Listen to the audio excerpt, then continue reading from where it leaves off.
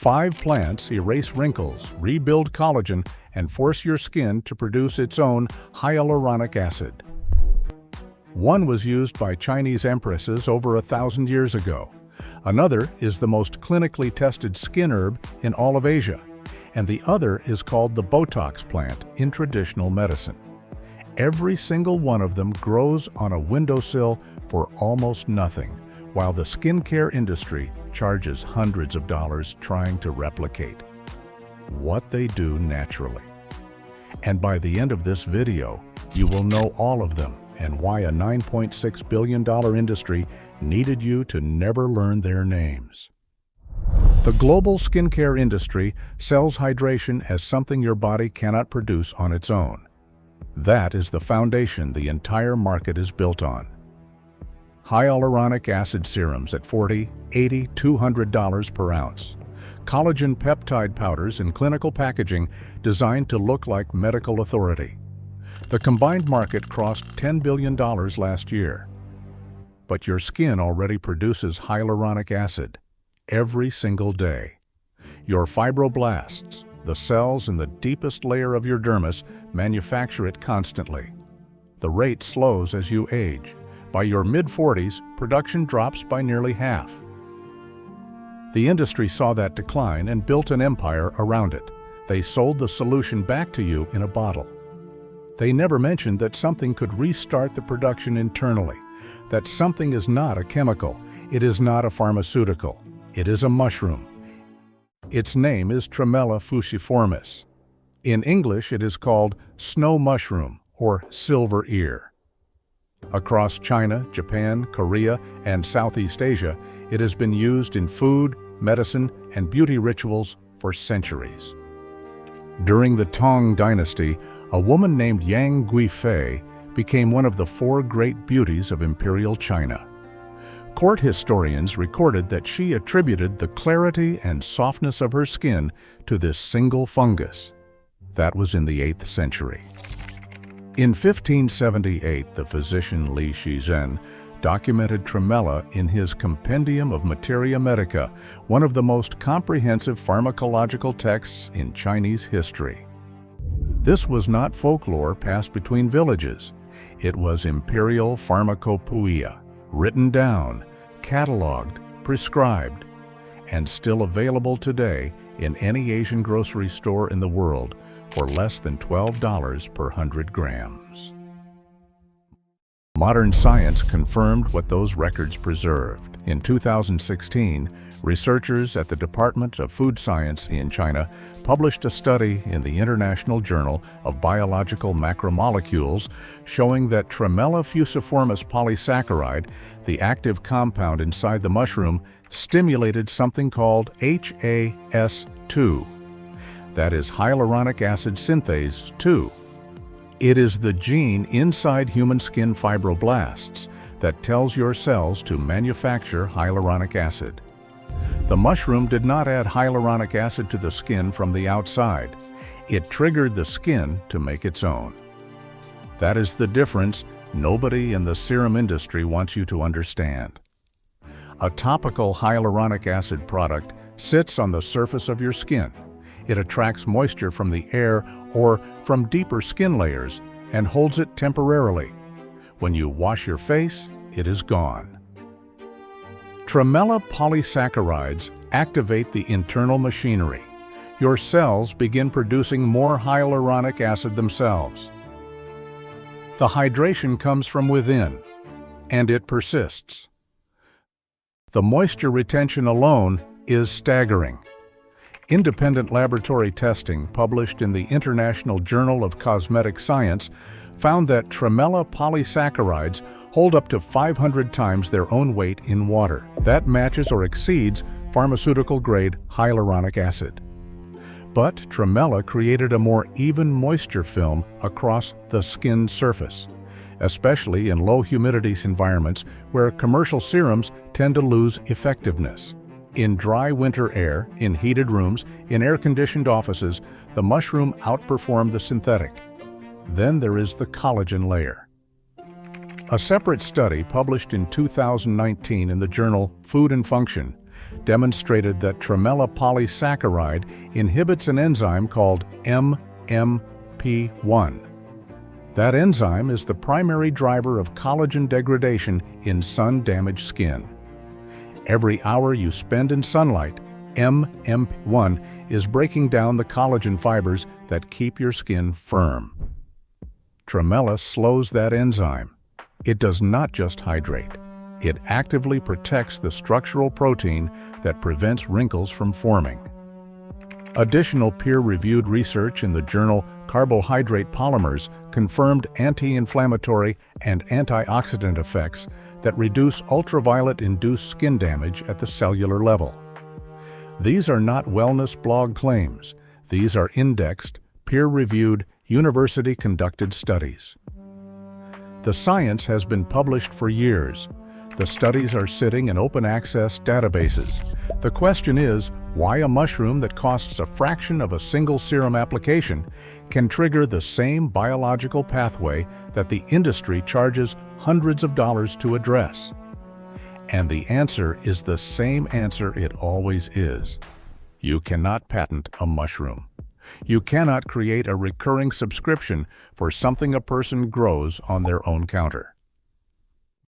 Growing tremella at home requires no garden and no soil. Sterilized sawdust substrate blocks are available online for under $15. You place the block in a shaded spot at room temperature. You mist it with water 2 times a day. Fruiting bodies appear in 10 to 14 days. A single block produces multiple harvests over several weeks. Your kitchen counter is enough. A windowsill with indirect light is enough. The mushroom does the rest. To use it topically, you rehydrate dried tremella in warm water until it becomes soft and gelatinous. You blend it into a smooth gel. You apply it directly to your face. The polysaccharides absorb immediately. Some people mix it with aloe vera as a carrier. Others use it alone. Either way, the cost per application is less than a few cents. To use it internally, you prepare it the way millions of people across Asia have for generations. Simmered in water with jujube dates and goji berries as a traditional dessert soup. Added to morning smoothies. Steeped in hot water as a tea. Dropped into bone broth. The polysaccharides work both through the skin and through the digestive system. Oral consumption supports systemic hydration and has shown measurable improvements in skin elasticity in preliminary clinical observations. 1 bag of dried snow mushroom from an Asian grocery store costs $8 to $12. That single bag lasts months. A single block cultivation kit costs less than $15 and regenerates. Compare that to a 60 milliliter bottle of hyaluronic acid serum at $180 that lasts 6 weeks. The economics alone explain the silence. Tremella is not alone. 5 more plants protect and rebuild collagen through entirely different biological pathways, and most of them grow even easier. Each one backed by peer-reviewed research, available for almost nothing, and absent from every skincare counter you have ever visited. Walk into any pharmacy or health food store in Los Angeles or Toronto or London, and you will see an entire wall devoted to it. Powders in massive tubs, capsules in blister packs, gummies in pastel-colored bottles, fizzy drinks, bone broth, concentrates, all of them promising to restore or rebuild your collagen from the inside out. The pitch is simple: eat collagen, get collagen. Your body needs it, so consume it directly. Bone broth, marine peptides, bovine hydrolysate. The logic seems airtight. Here is what the label does not explain. When you swallow collagen from bone broth or from any supplement at all, your stomach acid and digestive enzymes break it apart. The intact collagen molecule does not survive digestion. It is shredded into individual amino acids and small peptide fragments before it ever reaches your bloodstream. Your body does not absorb whole collagen and shuttle it to your skin. It absorbs amino acids. Then, if conditions are right, it may use some of those amino acids to build new collagen from scratch. But amino acids alone are not enough. Your body requires specific cofactors to actually assemble collagen. Vitamin C is the most critical.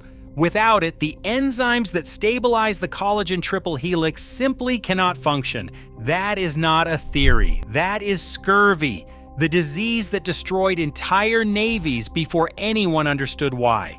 Beyond vitamin C, your body also needs copper for cross-linking collagen fibers into their final structural form. It needs zinc for regulating over 100 enzymatic reactions involved in collagen metabolism. And on top of all that, specific plant compounds are required to signal your fibroblast cells to begin production in the first place. Without these cofactors, the amino acids from that $40 tub of powder sit there completely unused. Your body has the bricks delivered to the construction site, but there is no blueprint, no carpenter, no foreman, nothing happens. Bone broth gives you some of the building blocks. It gives you zero assembly instructions. And one prominent nonprofit study found measurable heavy metals, including lead, were present in roughly 64% of the collagen supplement products they sampled. You are paying premium prices for incomplete nutrition that may also contain heavy metals. But there is an entirely different approach. 5 plants that together provide the complete collagen production system. Not just the amino acid raw materials, but the cofactors, the enzymatic signals, the compounds that tell your cells to start building, and the protective agents that stop your existing collagen from being broken down by the sun and by time. All 5 grow in water. All 5 need only sunlight. All 5 have been eaten across Asia for centuries or millennia, and all 5 can be started on your kitchen windowsill this weekend. The first one contains an exceptional amount of vitamin C, rivaling standard citrus fruits gram for gram. That single nutrient is the reason entire navies watched their sailors lose their teeth 300 years ago. Picture the British Royal Navy in the 1700s. Sailors on long Atlantic crossings would develop swollen bleeding gums. Their teeth would loosen and fall out. Old scars that had healed months earlier would reopen as if the tissue had simply dissolved. Entire crews collapsed and died at sea. The disease was called scurvy, and it killed more British sailors in that century than all naval combat combined. The cause was a total absence of vitamin C in their diet. Without vitamin C, the human body cannot produce collagen at all. The enzyme responsible for stabilizing new collagen structures simply shuts down. No vitamin C means no new collagen. No new collagen means your body falls apart from the inside out. Now consider a small green leafy plant that has been growing in chalk streams across southern England since before the Romans arrived.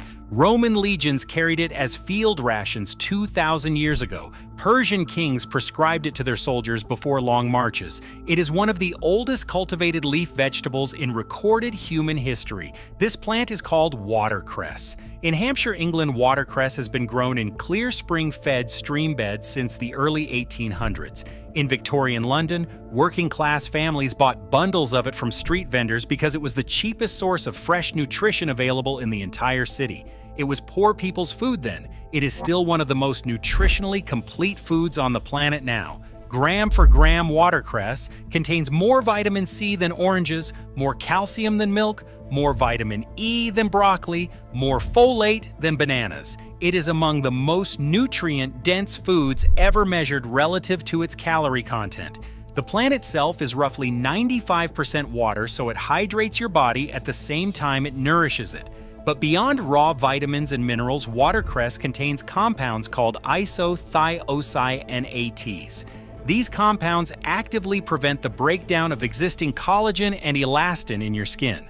Watercress does not just help your body build new collagen, it shields what you already have from degradation. The majority of women who added 1 serving of watercress to their daily diet for several weeks experienced visible improvements in skin texture, including measurable reductions in wrinkle depth. A longer study found that 8 weeks of daily watercress consumption improved antioxidant levels in skin cells and reduced DNA damage caused by UV exposure. The The plant that could have saved the British Navy was growing in the chalk streams they sailed past on their way out of port. Watercress is a truly aquatic plant. It grows naturally in shallow running water. You do not need a garden or a pot of soil to grow it. Buy a bunch of watercress at any grocery store. Place the stems in a glass of clean water on a sunny windowsill. Within days, you will see thin white roots forming along the nodes. Harvest the outer leaves, and the plant responds by pushing new growth from the center. No soil, no fertilizer, no special equipment, just a glass, a window, and a little patience. Eat it raw in salads where its peppery bite cuts through richer flavors. Toss it into hot soup at the very last second so it wilts but holds its nutrients. Blend it into a morning smoothie with fruit. The flavor is sharp and clean and unmistakably alive. Watercress gives your body the cofactor it needs to assemble collagen. But a cofactor is just a key. It still needs someone to turn it. The next plant does something no vitamin can do alone. It enters the cell and directly tells the collagen factory to begin production. There is a story told across Southeast Asia about wounded tigers. Villagers in Sri Lanka and Thailand and Malaysia all share versions of the same account. When a tiger was injured in a fight, it would not simply lie down and rest. Instead, it would seek out a specific low-growing herb with small, round leaves and roll its entire body through the patch until the crushed leaves coated its wounds. Local people observed this behavior for generations. They called the plant tiger grass. They began applying the same leaves to their own cuts and burns and scrapes. The wounds healed faster. The scars came back softer and flatter than before. In Sri Lanka, elders noticed that elephants, among the longest-lived land animals on Earth, deliberately grazed on this same herb throughout their entire lives. A traditional proverb emerged from this observation: 2 leaves a day keeps old age away. This plant is called Gotu kola. Unlike any other common food plant ever studied, Gotu kola does not simply supply nutrients to your body. It gives direct biochemical orders to your cells. The leaves contain a group of compounds called triterpenoids. The most important of these are asiaticoside and madecassoside. When these compounds reach your fibroblast cells, they directly activate the genetic machinery responsible for producing type 1 collagen. Type 1 is the most abundant collagen in your body. It is the collagen in your skin, in your tendons, in your bones, in the walls of your organs. Gotu kola does not provide building materials. It flips the production switch. Think of it as the difference between having lumber delivered to an empty construction site and having a foreman arrive who starts calling in workers. But Gotu kola does something else at the same time. It suppresses an enzyme called MMP1. This is one of the primary enzymes your body produces to break down existing collagen fibers. So Gotu kola accelerates collagen production on one side while slowing collagen destruction on the other. It builds with one hand and shields with the other. No supplement on any shelf replicates this dual mechanism. This plant appears in the Sushruta Samhita and the Charaka Samhita, the 2 foundational texts of Ayurvedic medicine written in India over 2,000 years ago. In Chinese traditional medicine, it is classified among the premier herbs for promoting longevity. Across Thailand and Vietnam and Indonesia, it is sold fresh in markets and brewed into herbal drinks at street stalls from Bangkok to Hanoi every single day. Here is a detail that should change how you look at your bathroom shelf. If you have ever bought a skincare product labeled CICA, you have already been paying for Gotu kola. The word CICA comes from a Latin term related to scar healing. French physicians in the late 1800s discovered that Centella asiatica accelerated wound closure, and the cosmetic industry eventually extracted that discovery, diluted it, patented it, and turned it into a premium ingredient. Every CICA cream sitting on every department store shelf in the world is a processed fraction of a plant that grows in a shallow dish of water on your kitchen windowsill. Gotu-kola is semi-aquatic by nature. It creeps along wet ground and thrives with its roots submerged in shallow water. Place a small cutting or starter plant into a shallow dish filled with water and set it near a window with a few hours of light each day. The plant spreads horizontally, sending out thin runners that root at every node. One single cutting becomes a dense mat of small round leaves within a few weeks. Pinch leaves as you need them and eat them fresh. The flavor is mild, slightly bitter, and gently herbaceous. In Sri Lanka, families add the raw leaves to a traditional condiment called sambol that is eaten alongside rice at nearly every meal. Gotu-kola tells your cells to start building collagen, but cells need raw materials to build with. Collagen is a protein, and roughly 1/3 of its structure is the amino acid glycine. Another third is proline. The rest is a mix that includes hydroxyproline and several others. Your body needs a reliable source of these exact building blocks. The next plant provides every single one of them, and more than 500 million people across Southeast Asia eat it every week. Walk through any open-air market in Ho Chi Minh City or Bangkok or Jakarta, and you will see enormous bundles of a dark green vine with distinctive hollow stems piled high on wooden vendor tables. Motorbikes weave through the crowd with even more bundles strapped to the back. This is the most consumed leafy green in all of Southeast Asia. More popular than spinach, more popular than kale, more popular than any variety of lettuce. In Vietnam, they call it rau muong and stir-fry it with crushed garlic in a smoking hot wok. Most Vietnamese families consider it the national side dish. In Thailand, it is pad pak boong, served at every street stall from the floating markets of central Bangkok to the beach towns along the Andaman coast. In the Philippines, it is kangkong, the most affordable and most widely eaten green in the entire country. In Chinese, it is kong shin kai, which translates to hollow heart vegetable, a name that describes the air-filled stems that allow this vine to float and spread across the surface of water. It has been cultivated across tropical Asia for at least 1,000 years. In traditional Chinese agriculture, it was grown in flooded paddies right alongside rice, 2 crops from the same water, 2 foods from the same field. This plant is water spinach. 100 grams of the fresh leaves delivers only 19 calories and 0 fat, yet contains 92% of your daily vitamin C and 210% of your daily vitamin A. Both of these vitamins are essential to collagen production. Vitamin C enables the enzymatic assembly of collagen fibers. Vitamin A drives the turnover of fibroblast cells, replacing old exhausted ones with fresh, active producers. Together in a single leaf, they create an amplification loop. More active cells building more collagen at a faster rate. Water spinach also delivers iron, calcium, magnesium, and potassium in meaningful quantities. It is a complete mineral package wrapped in a plant that grows so aggressively in water that several American states, including Texas and Florida, have officially classified it as a noxious weed. The same plant that feeds over 500 million people daily across Asia is listed as a problem in the country that spends the most per capita on collagen supplements in the entire world. Let that settle for a moment. Growing water spinach requires almost no effort at all. Pick up a bunch from any Asian grocery store. Place the cut stems in a tall glass or jar filled with water.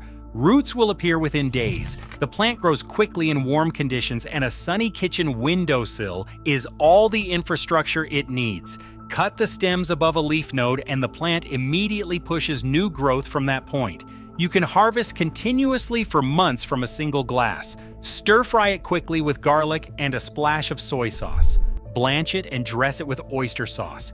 Drop it into soups in the last minute of cooking. Keep the heat brief, because prolonged cooking destroys the vitamin C your body depends on for collagen assembly. Water spinach amplifies the system with concentrated vitamins. But there is one critical thing that none of these first 3 plants provide in serious quantity: the raw amino acid building blocks of collagen itself, glycine, proline, hydroxyproline. the actual structural bricks. The next plant is the most protein-dense aquatic organism ever measured on Earth, and it doubles its entire biomass every 48 hours. It is the smallest flowering plant on Earth. Each individual frond is tinier than a grain of rice. It floats on the surface of still water in ponds, ditches, and rice paddies on every continent except Antarctica. Most people who notice it assume it is algae or scum floating on the water. It is neither. It is called duckweed, and pound for pound, it contains more protein than nearly any plant ever tested. Duckweed protein ranges from 25 to 45% by dry weight depending on growing conditions. That places it above soybeans, above lentils, and above nearly every conventional protein crop grown on farmland today. But the composition of that protein is what makes duckweed essential to the system. It contains all 9 essential amino acids in proportions that meet the standards set by the World Health Organization for human nutrition. More importantly, it is rich in glycine and proline. These 2 amino acids alone can make up more than a quarter of the total amino acid content in certain duckweed species. Your body uses glycine and proline more than any other amino acids when constructing new collagen fibers. No supplement isolate delivers them in the same balanced ratio that duckweed provides naturally as a whole living food. The very same building blocks that a $40 tub of collagen powder promises are floating on the surface of still water, doubling on their own every 2 days. In Thailand, duckweed has been eaten fresh and added to soups for generations. In Burma, it is known as water egg and fried as a protein-rich food. In parts of Vietnam and Laos, villagers harvest it from village ponds as free supplemental nutrition that requires no farming at all. In Israel, a high-protein strain called mankai has been cultivated and commercialized and is now sold in grocery stores as a functional health food. The supplement industry grinds up animal bones, extracts the amino acid fragments, and seals them inside a plastic tub designed to empty every 30 days. Duckweed provides the same amino acids from a living plant that grows in a bowl of water on your kitchen counter and never stops producing. Growing duckweed may be the simplest task in this entire video. Fill any shallow container with water. For example, a glass baking dish, a plastic storage bin, or a wide ceramic bowl. Anything with a broad surface works. Place a small amount of duckweed on the water. Set it near a window with gentle indirect light. Change the water every week or 2. That is the entire process. Duckweed reproduces by budding. Each tiny frond generates new fronds continuously without pollination or seeds. Within 2 weeks, the water surface will be covered in a dense green living mat. Harvest by scooping excess off the top with a fine mesh strainer. The remaining fronds immediately begin doubling again. You cannot consume it faster than it grows. The flavor is mild and faintly green. Blend it into smoothies for a protein boost you will barely taste. Dry it in a low oven and grind it into a fine powder for long-term storage. Stir it into soups. Across Southeast Asia, it is eaten fresh right off the water with no preparation at all. Now stop here and consider what you already have. 4 plants, 4 completely different collagen pathways. Watercress delivers the vitamin C cofactor that makes collagen assembly possible in the first place. Go-To Cola sends a direct activation signal to your fibroblast cells, telling them to produce type 1 collagen. Water spinach amplifies the entire system with concentrated vitamin A and vitamin C that accelerate cellular turnover. Duckweed provides every amino acid building block collagen requires in a complete protein that regenerates on its own every 48 hours. But one critical system remains unaddressed. Your body builds collagen constantly. It also destroys collagen constantly. Ultraviolet radiation from the sun breaks collagen apart. Chronic low-grade inflammation erodes it slowly over years. Oxidative stress from pollution and processed food chips away at it, and a group of enzymes called MMPs actively chew through collagen fibers the way acid dissolves metal. If you are building collagen with one hand and losing it with the other, you are running in place forever. The fifth and final plant stops the destruction. In Korea, they call it minari. In Japan, it is siri, one of the 7 sacred herbs eaten on the 7th of January each year in a centuries-old ritual of health and renewal. In China, it is shui qin kai, consumed every spring as a cleansing tonic for the liver and the blood. You may recognize the name Minari from the Academy Award-nominated film released in 2020. The title comes from this exact plant because Korean immigrant families historically planted it wherever they settled as the very first crop in new soil. It grows in any wet ground. It spreads without asking permission. It nourishes everyone around it. In the story and in real life, Minari is a symbol of resilience and quiet abundance. This plant is water celery. It is a perennial herb that grows naturally along stream banks and in wet meadows across East Asia. The stems have a bright, clean flavor that resembles celery, but with a sharper, more aromatic edge. Korean families serve it raw in salads dressed with sesame oil and sea salt. They blanch it and pile it beside grilled pork belly. Korean families often wrap the raw leaves around a piece of meat and dip it in samjang paste. The bright herbal crunch cuts through the richness like nothing else can. It is not treated as a side dish. It is considered essential to the balance and harmony of the meal. In Japan, water celery appears in spring hot pots and in nanakusa gayu, the traditional herbal rice porridge prepared to welcome each new year. What makes water celery essential to this system is what it does to the enzymes responsible for destroying collagen. The leaves and stems are rich in chlorogenic acid, one of the most potent plant-based antioxidants measured in any edible herb. They also contain protective flavonoids including persicarin and isorhamnitin. These compounds suppress MMP activity in your skin and connective tissue. Ultraviolet light from the sun triggers surges of MMP production, and that is one of the primary reasons sun exposure causes visible skin aging. Water celery has been shown to protect against this ultraviolet-driven collagen breakdown by quieting those destructive enzymes before they cause lasting damage. Water celery also contains copper. Copper is the specific mineral required by lysyl oxidase, the enzyme that cross-links individual collagen fibers into their final woven structural form.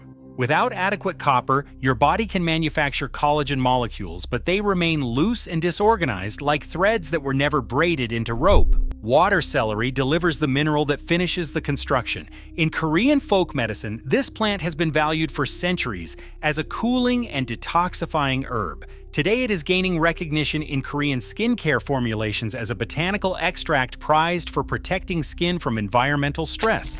The same pattern repeats across every plant on this list. A food eaten freely by families for generations gets extracted, processed, diluted, patented, and sold back to consumers at a steep markup as a premium ingredient. Growing water celery follows the same approach as everything else on this list. It is a water-loving perennial that roots easily from cuttings. Place fresh stems in a jar of clean water on a windowsill that gets some sunlight. Roots form within a week. It grows vigorously and responds to frequent harvesting by producing bushier, denser growth. Leaves, stems, and even the young roots are all edible. When grown indoors, it can be harvested year-round without pause. That is 5 plants, 5 distinct mechanisms, 1 complete collagen production system growing in glasses of water. Watercress delivers the vitamin C cofactor that enables collagen assembly. Without it, the process cannot begin at all. Gotu Kola sends the direct activation signal to fibroblast cells, telling them to produce type 1 collagen at an accelerated rate. Water spinach amplifies cellular turnover with concentrated vitamin A and vitamin C together, creating more active collagen-producing cells.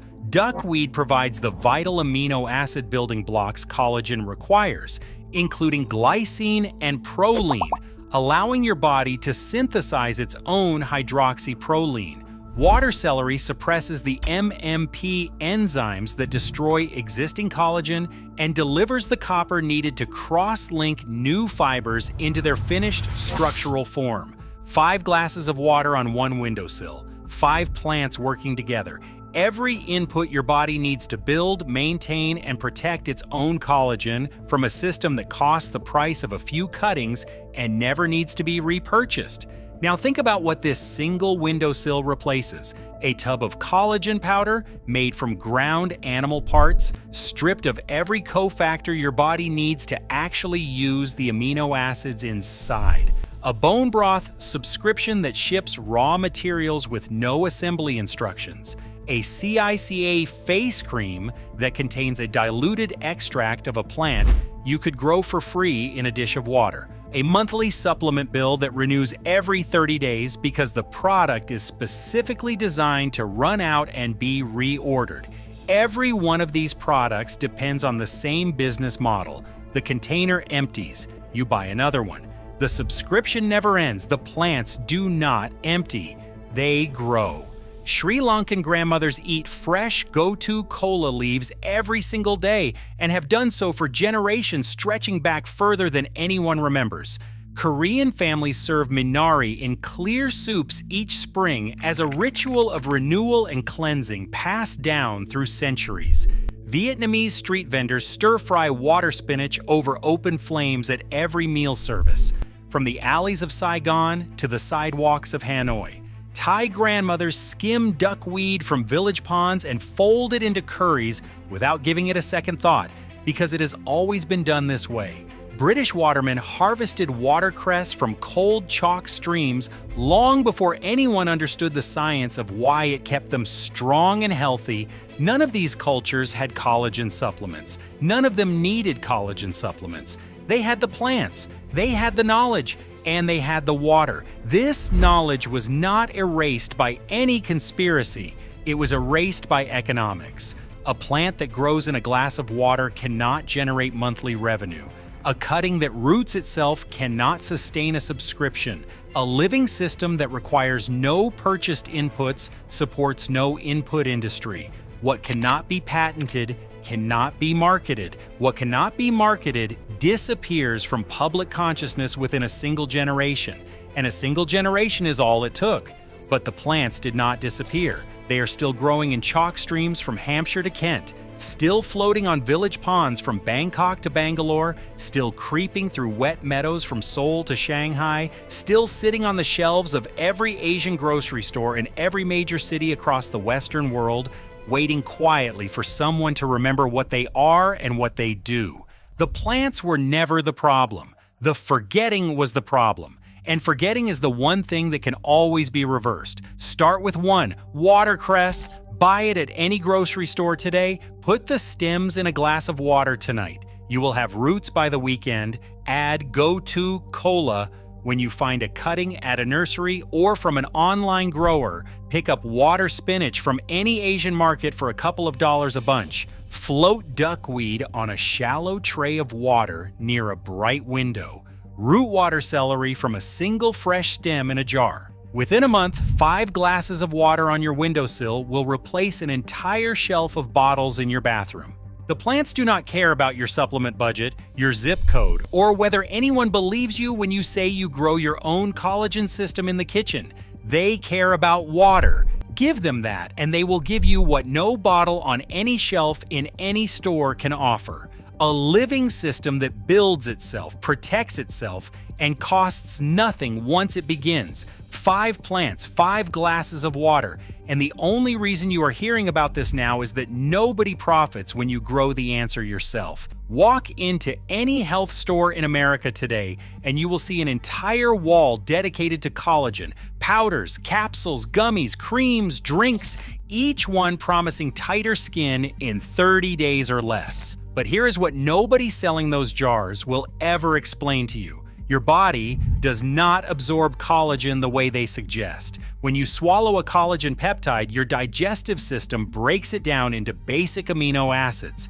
Then your body has to rebuild collagen from scratch on its own.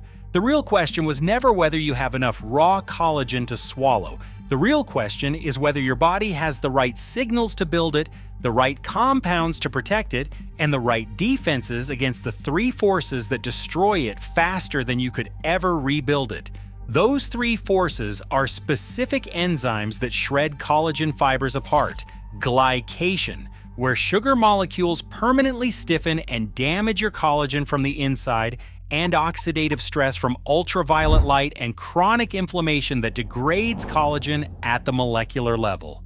No collagen powder on that shelf addresses any of these three forces. They hand you raw material and completely ignore the factory. But there is a country where grandmothers understood this centuries ago. They never purchased collagen in a bottle. They grew the answer in their backyards and passed the knowledge down through generations of daughters and granddaughters. Korea identified 10 common plants that together address every single stage of the collagen life cycle. Not one product for one problem, but a complete system. 10 plants that stimulate new collagen production, block the enzymes that tear it apart, and shield existing collagen from sugar damage and sun damage at the same time.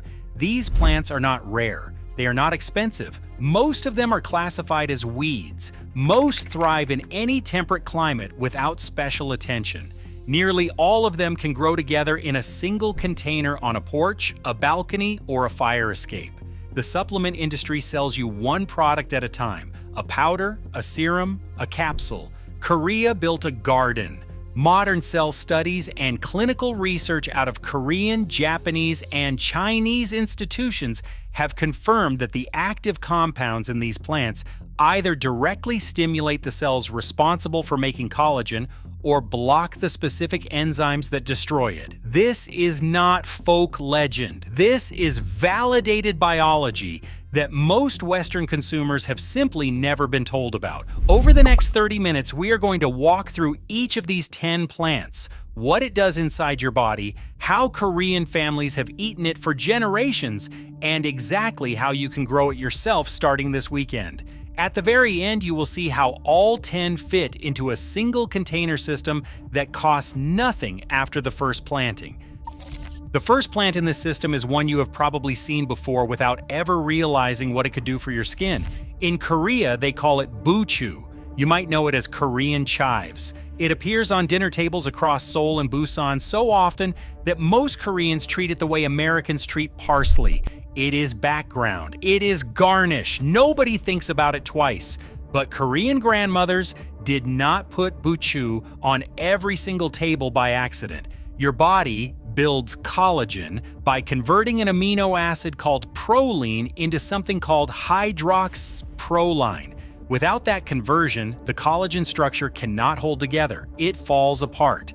That conversion requires two specific things working at the same time: vitamin C and sulfur compounds. Korean chives deliver both in a single leaf. This is the same reason sailors on long ocean voyages developed scurvy centuries ago.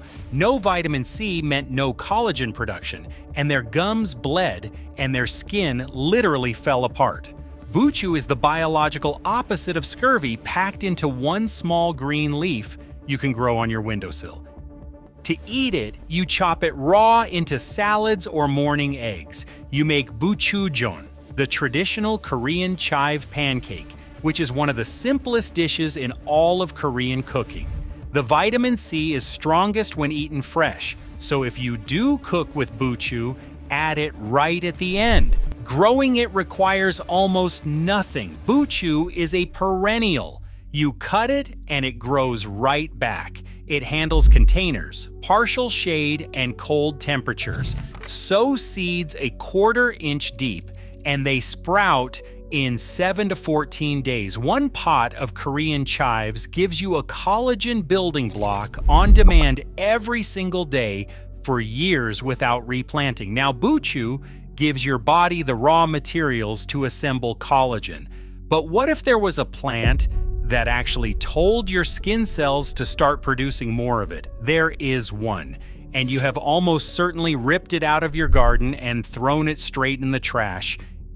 In Korea, they call it suk. In America and across Europe, it grows on roadsides, in ditches, at the edges of garden beds, where nobody wants it. Westerners see it as a weed to kill. Koreans treat it as sacred.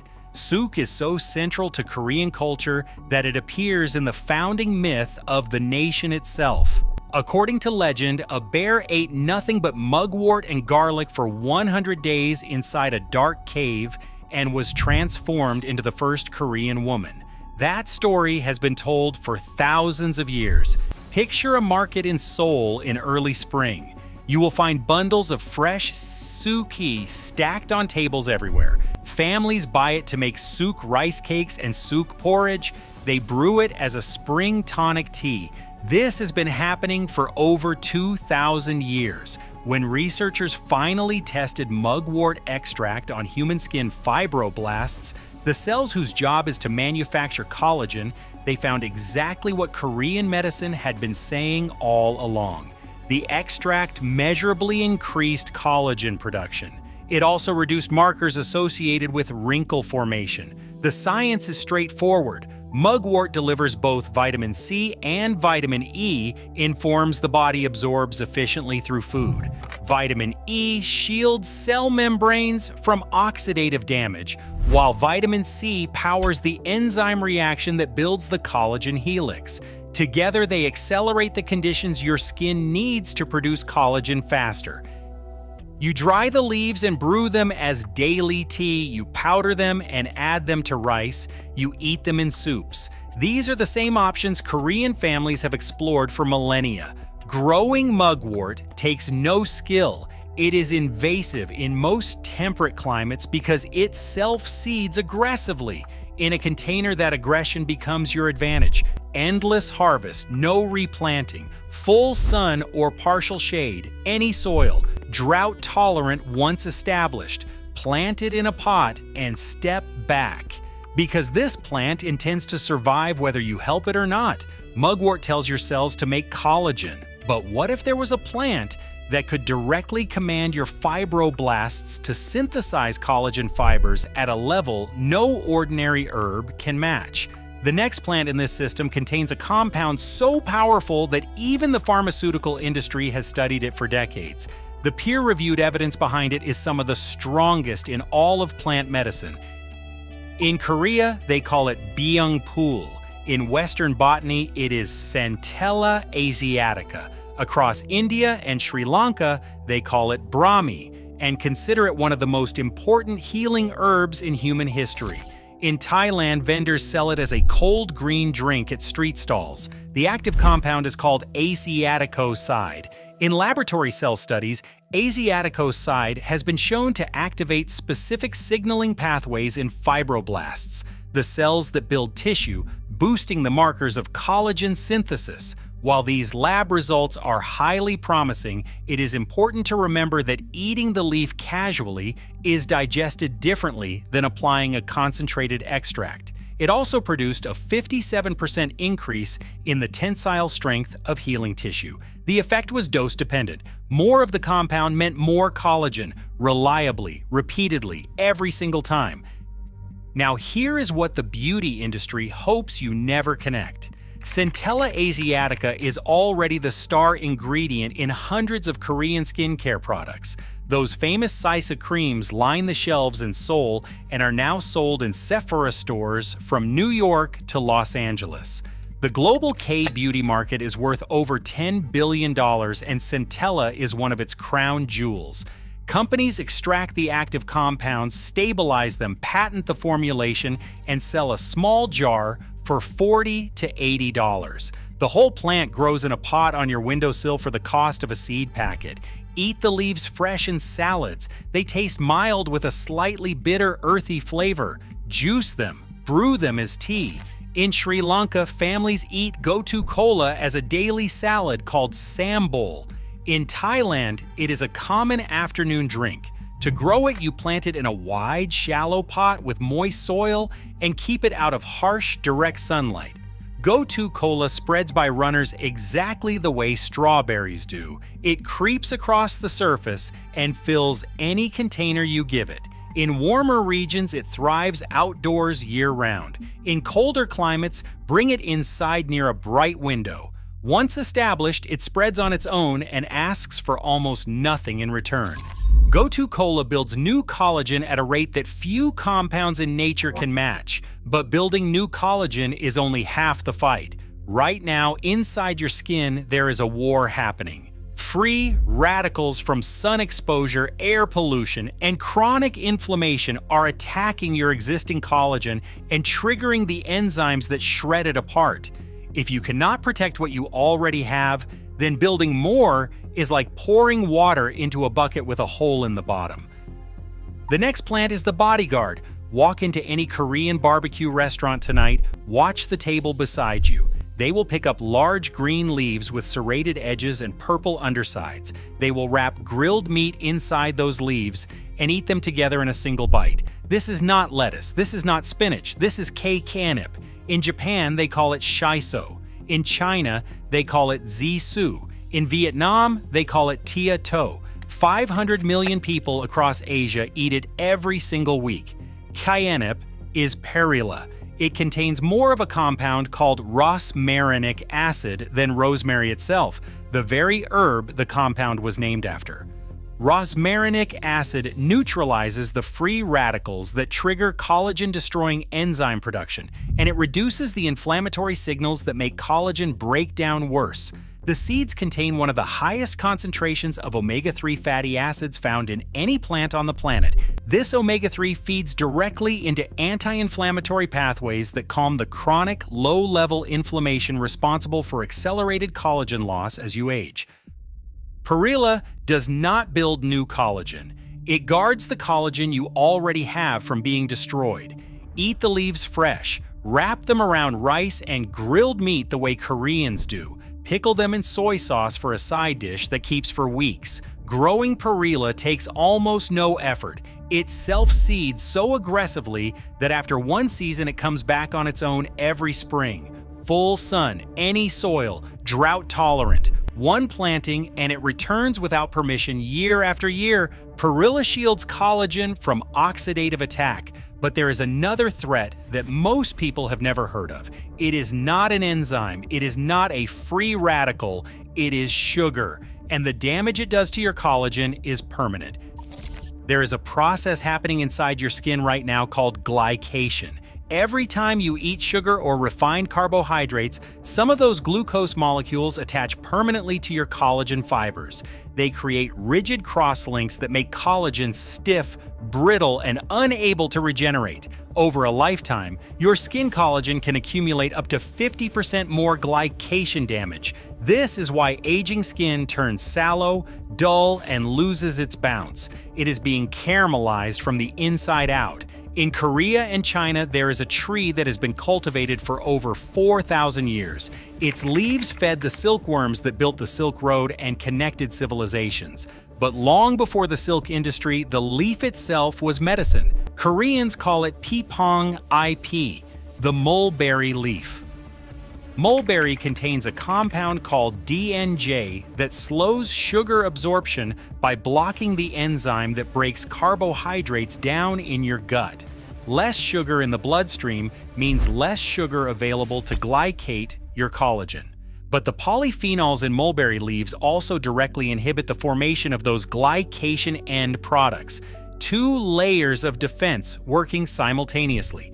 Reduce the sugar available and block the damage reaction itself. You harvest the young, tender leaves and dry them for tea. This is the oldest and simplest method. 1 cup of mulberry leaf tea has been a daily habit in Korean and Japanese households for centuries. To grow mulberry, choose a dwarf variety that fits in a large container on your patio. Mulberry trees grow fast? A half barrel is enough space. Harvest leaves throughout the season and dry them in batches. 1 small tree in a pot gives you anti-glycation tea all year. Pause here for a moment and picture what you already have. A single large container, a half whiskey barrel, or a 20-gallon fabric pot on your patio. Korean chives lining the edge, mugwort in one corner reaching upward, perilla filling the opposite side, Gotu Kola spreading across the soil surface underneath everything like a living carpet, a small dwarf mulberry rising from the center, 5 plants, 5 different collagen mechanisms. 1 container, 0 cost after the first season. Now imagine adding 5 more. Inside your skin right now, there is an enzyme whose only purpose is to break down collagen. It is the primary engine behind wrinkle formation. As you age, its activity increases. Every hour of unprotected sun exposure accelerates it further. The next plant in this system was so valuable that Korean emperors went to war over the land where it grew. They call it Insam. The world knows it as Korean ginseng. For over 2,000 years, ginseng was considered the most precious medicinal root in East Asia. Its active compounds are called ginsenosides. In studies on human skin fibroblasts, ginsenosides suppress the primary collagen-destroying enzyme in a dose-dependent manner. More ginseng meant less destruction, but ginsenosides also increase your body's own natural defense against that enzyme. They silence the attacker and strengthen the shield at the same time. The traditional delivery method is samgyetang. Picture a clay pot in a small restaurant in Insadong, Seoul. Inside it, a whole chicken is stuffed with ginseng root, sticky rice, garlic, and jujube dates, then simmered for hours. You can also slice the root thin and steep it as tea. Growing ginseng requires patience. The root takes 4 to 6 years to mature. It needs shade, cool temperatures, and well-drained soil. But here is the shortcut. The leaves contain the same active compounds, just in lower concentration. Grow ginseng in a shaded container and harvest the leaves for tea while the root develops below. By the 4th or 5th year, you will have roots that any Korean herbalist would be proud to sell. Ginseng blocks the enzyme that tears collagen apart. But imagine a single berry that could do the same thing while also fighting oxidative damage at the same time. 2 fronts, 1 fruit. In Korea, there is a berry so complex, they named it the 5-flavor berry because it carries sweet, sour, salty, bitter, and pungent all in one small red fruit. They call it omija. Omija cha is one of Korea's most recognizable traditional drinks, deep red in color and served ice-cold during the hot summers in Seoul and Jeju. The primary active compound, eschizandrin, suppresses the collagen-destroying enzyme in skin cells exposed to ultraviolet radiation. It specifically counteracts sun-induced collagen breakdown. Simultaneously, it boosts one of the body's most important internal antioxidant enzymes and reduces the inflammatory signals that accelerate collagen loss. In animal studies, a cream made from Scysandra extract inhibited wrinkle formation, decreased wrinkle depth, and reversed collagen breakdown in ultraviolet damaged skin. 2 mechanisms from 1 berry. Steep dried berries in cold water overnight.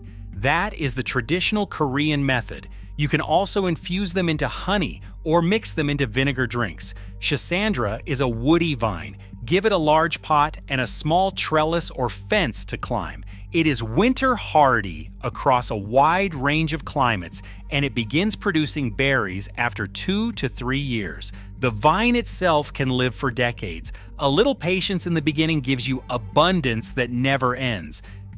Scysandra fights damage from outside the cell, but the next plant works from inside.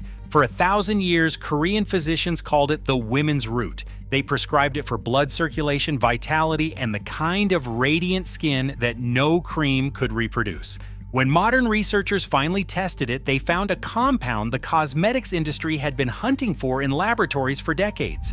Koreans call this root dangguai. The name translates loosely as should return, meaning it brings health back to the body. In the West, it is known as Korean angelica. The key compound is ferulic acid. Research on human skin fibroblasts showed that ferulic acid increased collagen production, improved cell migration, and reduced oxidative stress. It also suppresses the 2 primary collagen-destroying enzymes while reducing markers of cellular aging. In simple terms, it makes your collagen-producing cells behave younger and work harder. Here is what the skincare industry does not want you to figure out. Ferulic acid already appears in nearly every premium vitamin C serum sold in department stores and specialty beauty shops across the United States.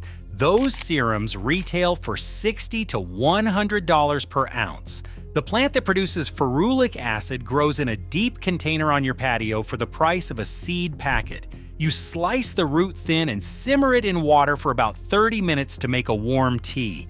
This is the traditional preparation described in the Dongguibo Gam, the monumental Korean medical encyclopedia finished by the royal physician Hyo-jun in 1613. That book documented centuries of Korean plant knowledge, and Western scholars did not fully translate it until 1999. Grow dangguai from seed in spring in a deep pot because the root needs downward room. It is a biennial that produces leaves the first year and flowers the second. Cool, moist conditions, partial shade. Harvest the root after the second season. Every plant so far builds collagen, blocks the enzymes that destroy it, or shields it from sugar and sun damage. But there is one more supporting role that is just as critical. Picture your skin cells as machines in a factory. The raw materials are there, the production signals have been sent. But if the factory floor is choked with debris from oxidative stress, then everything slows down. The next plant clears the floor. In Korea, they call it doraji. In English, this is bellflower root. It is so woven into Korean life that one of the most beloved folk songs in all of Korean history is named after this plant. Every Korean knows the melody.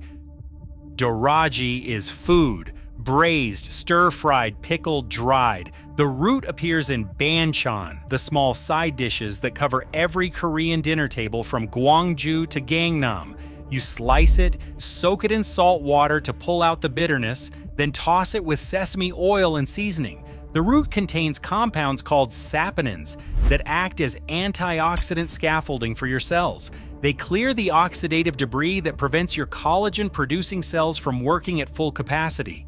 Doraji does not build collagen directly. It creates the clean environment that lets everything else do its job. It is also one of the easiest plants on this entire list to grow. It is a perennial with gorgeous blue-purple flowers that returns every year. It thrives in containers, handles cold climates, tolerates drought, and requires minimal care. Harvest roots after 2 to 3 years. In the meantime, the flowers make your patio look beautiful. 9 plants, 9 different mechanisms. One remains. And this final one looks so similar to a plant you already learned about today that you could easily confuse them. Do not make that mistake, because the difference matters. This is Deulke IP. In Korea, this culinary leaf comes from the very same species as Perilla, Perilla frutescens. While some culinary varieties are selected specifically for seed oil and others for their tender leaves, they belong to the same botanical species. The seeds contain one of the richest plant sources of omega-3 on Earth, similar to Perilla, but with a distinctly different balance of compounds, including a higher concentration of vitamin E in the form of tocopherols. Here is why that combination matters. The omega-3 reduces systemic inflammation throughout your body, which lowers collagen-destroying enzyme activity. The vitamin E embeds directly in your cell membranes and stops a destructive chain reaction called lipid peroxidation that damages collagen fibers from the outside in. Together, these two compounds form a dual protective layer, internal inflammation calmed, external free radical damage neutralized, 2 shields working at the same time. Eat the leaves fresh or pickle them the same way you would perilla. Toast the seeds and press them into oil. Koreans call it dulkegirium, and it is a staple in Korean kitchens used for dressing seasoned vegetables. Growing wild sesame is identical to growing perilla. It is an annual self-seeding plant that tolerates full sun and any soil. Give it its own container to keep it visually separate from the perilla growing beside it. Now let me show you how all 10 come together. You do not need a farm, you do not need raised beds, you do not need a backyard. You need one large container and a few smaller pots arranged in a group. Take a half whiskey barrel or a 25-gallon fabric pot. In the center, plant a dwarf mulberry. It becomes the tallest element, providing anti-glycation leaf tea year-round. On one side of the barrel, plant mugwort. On the opposite side, plant perilla, Line the front edge with Korean chives in a continuous row. Across the soil surface, underneath everything, let Go-To Cola spread as a living ground cover. That single container now holds 5 plants with 5 separate collagen mechanisms. Around it, arrange satellite pots. Doraji and Korean Angelica each get their own deep container because their roots need vertical room. Wild Sesame goes in its own pot. Schisandra climbs a small trellis in a large pot against a wall or fence. Ginseng sits in a shaded corner in its own container, cool and patient. In the first growing season, you harvest leaves from chives, mugwort, perilla, wild sesame, and Go-To Cola. You brew mulberry leaf tea and steep dried Schisandra berries into cold tea. In the second season, Doraji and Angelica roots become ready. The Schisandra vine starts fruiting. By year 3, every single plant in the system is producing. Your collagen toolkit is complete. Your only ongoing cost is water. Think back to the 3 enemies, the enzymes that shred collagen apart, the sugar damage that stiffens it, the oxidative stress that degrades it. Now think about the system that fights all 3. Go-To Cola and mugwort stimulate new collagen production directly. Korean ginseng and Schisandra block the enzymes that destroy it, mulberry leaf shields. Collagen from sugar damage. Perilla and wild sesame neutralize oxidative stress. Korean Angelica rebuilds from inside the cell. Doraji clears the path so everything else can function. And Korean chives deliver the vitamin C and sulfur foundation that the entire collagen process depends on. This is not one product in a jar. This is a living system that grows itself back every spring without asking your permission. The supplement industry sells you a powder that your body breaks down into amino acids. The same amino acids you could get from any protein source. They charge premium prices for a product that never touches the enzymes, the glycation, or the oxidative stress that caused the collagen loss in the first place. Korean grandmothers never needed a supplement subscription. They walked into the garden before breakfast. They picked the leaves. They brewed the tea. They wrapped the meat. And they passed this system down for 2,000 years without ever needing a brand name or a barcode or a plastic bottle. You have that knowledge now. The plants do not care about your zip code. They do not care about your income or your age or your skin type. They care about soil and sunlight and water. Give them that and they will give you what no supplement company on earth can sell. A system that rebuilds itself, protects itself, and costs nothing. Forever. 10 plants, 1 bucket, and 2,000 years of proof. And the only reason you are hearing about this now is that nobody makes money when you grow the answer yourself. Picture yourself standing in the supplement aisle of any pharmacy tonight. Floor to ceiling, you see rows of sleek packaging, collagen powders in white containers with pictures of smooth, glowing skin, peptide blends promising to turn back the clock, biotin capsules, hyaluronic acid tablets. This single aisle generates billions of dollars every year. The global collagen supplement market alone has crossed $10 billion annually, and it is still climbing. Every single dollar in that aisle depends on one belief, that you cannot build collagen without buying a product. But here is what the labels never explain. When you swallow a collagen peptide supplement, your digestive system treats it the same way it treats any other protein. It breaks the entire collagen structure apart into individual amino acids. Your body does not absorb collagen intact and deposit it into your skin like spackle filling a crack in a wall. It dismantles everything. Then it must rebuild from scratch using raw materials that may or may not be available and enzymatic signals that may or may not be firing. So the real question is not whether you are taking enough collagen. The real question is whether your body actually has the cellular signals to start production, the mineral scaffolding to reinforce the fibers, the enzymatic protection to guard what already exists, and the moisture matrix to keep it all flexible and alive. Or are you spending hundreds of dollars a year pouring expensive powder into a system that lacks the tools to use it? There are 5 plants that together deliver every mechanism the collagen life cycle requires. Not 5 supplements, not 5 powders and 5 bottles, but 5 living plants. Each one was either banned by a government agency, classified as a noxious weed, turned into a household novelty, or hidden behind a language barrier for centuries. These plants are not rare, they are not exotic. Several of them are growing within walking distance of where you are sitting right now.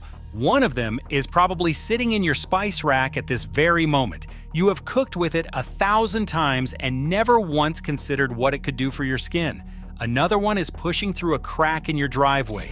You have pulled it out with your bare hands and thrown it away without a second thought. Nobody profits when you grow the answer on your windowsill. That is the only reason you have never been told about this system. The supplement industry needs you reaching for that jar month after month. A living plant that regrows itself after every harvest is the one thing their business model cannot survive. These 5 plants have been used for thousands of years across civilizations on every inhabited continent. From the wet markets of Colombo to the coastal hills of the Mediterranean, from the medieval battlefields of Europe to the royal courts of ancient Egypt, modern research has confirmed what traditional cultures knew all along. This is not folk legend. This is established science that the supplement industry has simply never had a financial reason to share with you. Over the next 30 minutes, you will learn what each plant does inside your skin, why it was banned or forgotten, how cultures around the world have used it for generations, and exactly how to grow it on your windowsill starting this weekend. At the end, you will see how all 5 fit together into one single system that costs almost nothing after the first planting. This is Secrets Beneath Nature. And we begin with a plant that medieval healers called by a name that tells you everything about its power. A plant so effective at regenerating human tissue that a federal agency banned it from your medicine cabinet. In the Middle Ages, battlefield surgeons carried a plant they called knit bone. When soldiers suffered broken bones or deep wounds, healers packed the crushed leaves directly into the injury site and watched the tissue begin to knit itself together within days. They also called it bone set. And bruisewort. Every name this plant earned pointed to the same thing. This plant regenerates human tissue. The Latin name is symphytum. It comes from the Greek word symphytis, which means growing together. For over 2,000 years, healers across Europe, the Middle East, and parts of Asia used this plant to treat fractures, sprains, burns, and open wounds. It was one of the most trusted remedies in traditional Western herbalism. Farmers grew it in kitchen gardens. Midwives kept dried leaves in their cabinets. Monks cultivated it in monastery gardens alongside their other medicinal herbs. Then in 2001, the United States Food and Drug Administration issued a ban. Comfrey products marketed for internal consumption were pulled from shelves across the country. The reason was a group of compounds called pyrrolizidine alkaloids. In concentrated doses over prolonged internal use, these compounds can affect the liver. The ban was not unreasonable for oral supplements, but the result was that an entire plant with 2 millennia of documented healing was swept out of public consciousness in a single regulatory action. Here is the part that should bother you. The ban targeted internal use. Topical application of comfrey has continued legally and effectively the entire time. Comfrey creams and ointments are still sold in pharmacies across Europe and the United States today. The compounds that make comfrey remarkable for skin are fully accessible through the surface of the skin without ever entering the digestive system. But most people never learned this distinction. They heard the word banned and walked away from one of the most powerful skin renewal plants in human history. The key compound is called allantoin. When allantoin reaches your skin cells, it accelerates the rate at which fibroblasts divide. Fibroblasts are the cells in your dermis responsible for producing collagen, elastin, and hyaluronic acid. They are your skin's construction crew. As you age, these cells slow down. They become dormant. They stop producing collagen at the rate they did when you were younger. Allantoin wakes them up. It does not build collagen itself. It activates the cells that do. Think of it as the alarm clock for a crew that has been sleeping on the job for years. Comfrey also contains rosmarinic acid and tannins that provide mild anti-inflammatory protection and support blood flow to the skin. The combination means more active fibroblasts receiving better circulation in an environment with less inflammation.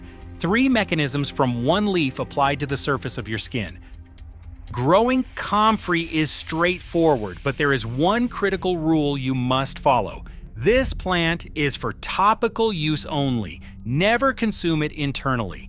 For external application, it is one of the easiest plants to grow. It thrives in any garden soil, tolerates shade and moisture, and produces large harvestable leaves within weeks. Harvest the leaves and dry them in a warm area with good airflow. Once dried, infuse them into olive oil or coconut oil over several weeks. Strain the leaves out and you have a comfrey infused oil ready for direct skin application. One plant provides enough leaves for an entire season of topical supply, and comfrey is a perennial. It returns every spring without replanting. Comfrey wakes the fibroblasts. It shakes the construction crew out of dormancy and gets them moving again, but a crew that is awake without clear instructions is just a group of workers standing around waiting.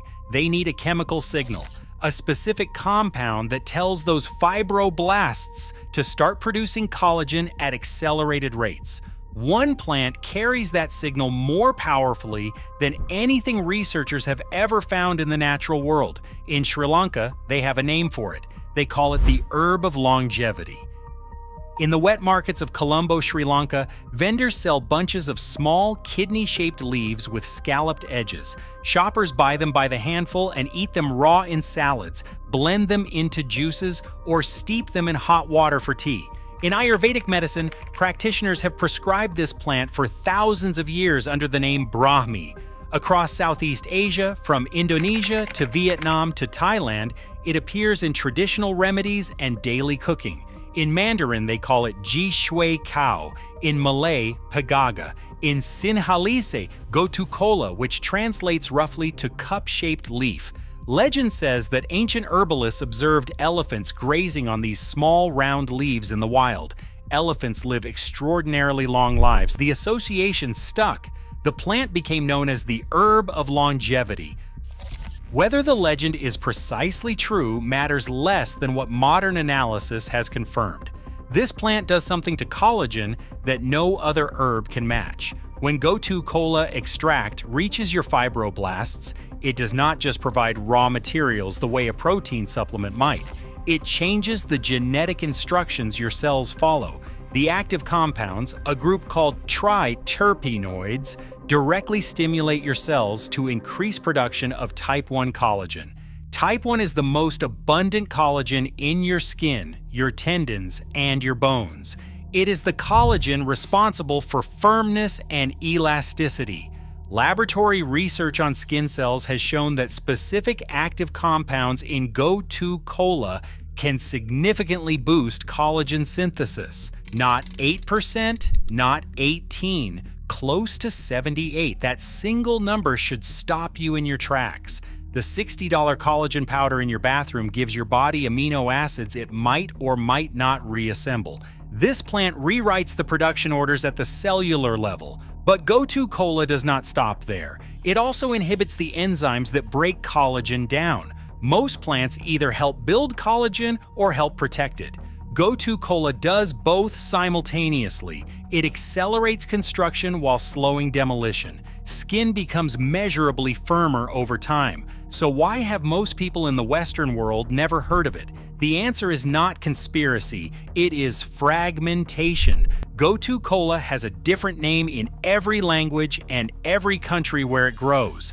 A plant with no unified name in Western languages has no unified presence in Western databases, cookbooks, or research funding. The studies exist, but for decades, major medical databases systematically under-indexed research published in Asian languages. The knowledge was always there, it was just locked behind a language barrier that the supplement industry had no financial incentive to break down. There is nothing to patent in a leaf you can eat raw from a salad bowl. A crop that needs no processing cannot generate processing revenue. a leaf that regrows after every harvest, cannot generate repeat sales. The funding followed patentable molecules. The research followed the funding. And 3 generations of Western consumers never learned the name of the most powerful collagen-stimulating plant on Earth. Growing go-to Cola at home is simple. It is a low-growing ground cover plant that loves shade and moisture. Plant it in a pot with rich, moist soil near a window with indirect light. It spreads via runners called stolons. One starter plant becomes several within months. Harvest leaves for tea, add them fresh to salads, or blend them into smoothies. In warm climates, it grows as a perennial ground cover outdoors. Indoors, it produces year-round with minimal attention. Go-To Cola commands your fibroblasts to build new collagen fibers at rates that dwarf what supplements can achieve. But a collagen fiber is only as strong as its internal structure. Think of each fiber as a thread of rope. Without ties at regular intervals holding those threads in formation, the rope unravels into a shapeless tangle. Those ties are called cross-links, and cross-links require one specific mineral above all others: silica. Without silica, new collagen is loose string. With silica, it becomes reinforced cable. The next plant has been manufacturing more bioavailable silica than any other living thing on this planet. And it has been doing this for 300 million years. 300 million years ago, long before the first dinosaur walked the earth, vast swamp forests covered much of what is now North America and Europe. Towering above the ferns and primitive trees were giant horsetails. Some reached 30 meters in height. Those ancient forests eventually collapsed, compressed under millions of years of geological pressure, and became the coal deposits that powered the Industrial Revolution. Today, their descendants survive as humble plants, rarely more than a meter tall. 15 species remain from a lineage that once comprised hundreds. You have almost certainly seen them growing in wet ditches alongside highways, along riverbanks, at the edges of garden paths where the soil stays damp. Thin green stems with no true leaves, segmented joints that pull apart like tiny bamboo. Gardeners fear them because they spread through underground rhizomes that are nearly impossible to remove. Once horsetail establishes itself, it does not leave. What makes horsetail extraordinary is what those stems are made of. Up to 25% of the total ash content of a dried horsetail stem is silica, making it one of the richest plant sources of this mineral. No other plant on Earth approaches this concentration. Silica is not a glamorous mineral. It does not appear on the front of supplement bottles or in wellness influencer posts. But without it, collagen falls apart. Silica is the mineral that enables cross-links between collagen fibers. Cross-links are the structural ties that hold collagen in its triple helix formation. Without adequate cross-links, the fibers become loose, disorganized, and weak. Silica also improves the absorption and utilization of calcium, linking bone health directly to skin health in a cycle that depends on this one overlooked mineral. Think of it this way: Go-To Cola told your cells to build new collagen. The cells obeyed and started weaving fibers. But without silica, those fibers are soft rope. Silica transforms soft rope into steel cable. It is the rebar inside the collagen concrete. Horsetail has been used medicinally for centuries across Europe and Asia. Roman physicians documented its use for kidney and bladder conditions. In traditional European herbalism, it was prescribed for brittle nails, thinning hair, and weak bones.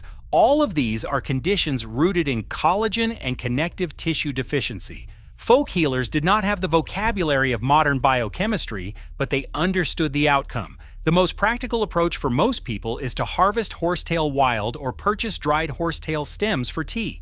Steep a tablespoon of dried stems in hot water for 10 to 15 minutes. The silica leaches directly into the liquid. 1 cup of horsetail tea delivers more bioavailable silica than any supplement capsule on the market. For indoor growing, plant it in a deep pot with consistently moist soil and partial shade. Keep it well contained because it will spread aggressively given any opportunity. Horsetail gives collagen its structural integrity, cross-linked fibers, reinforced scaffolding, proper alignment. But here is a problem that nobody in the supplement aisle warns you about. Every single day, ultraviolet light from the sun triggers a cascade of enzymes in your skin.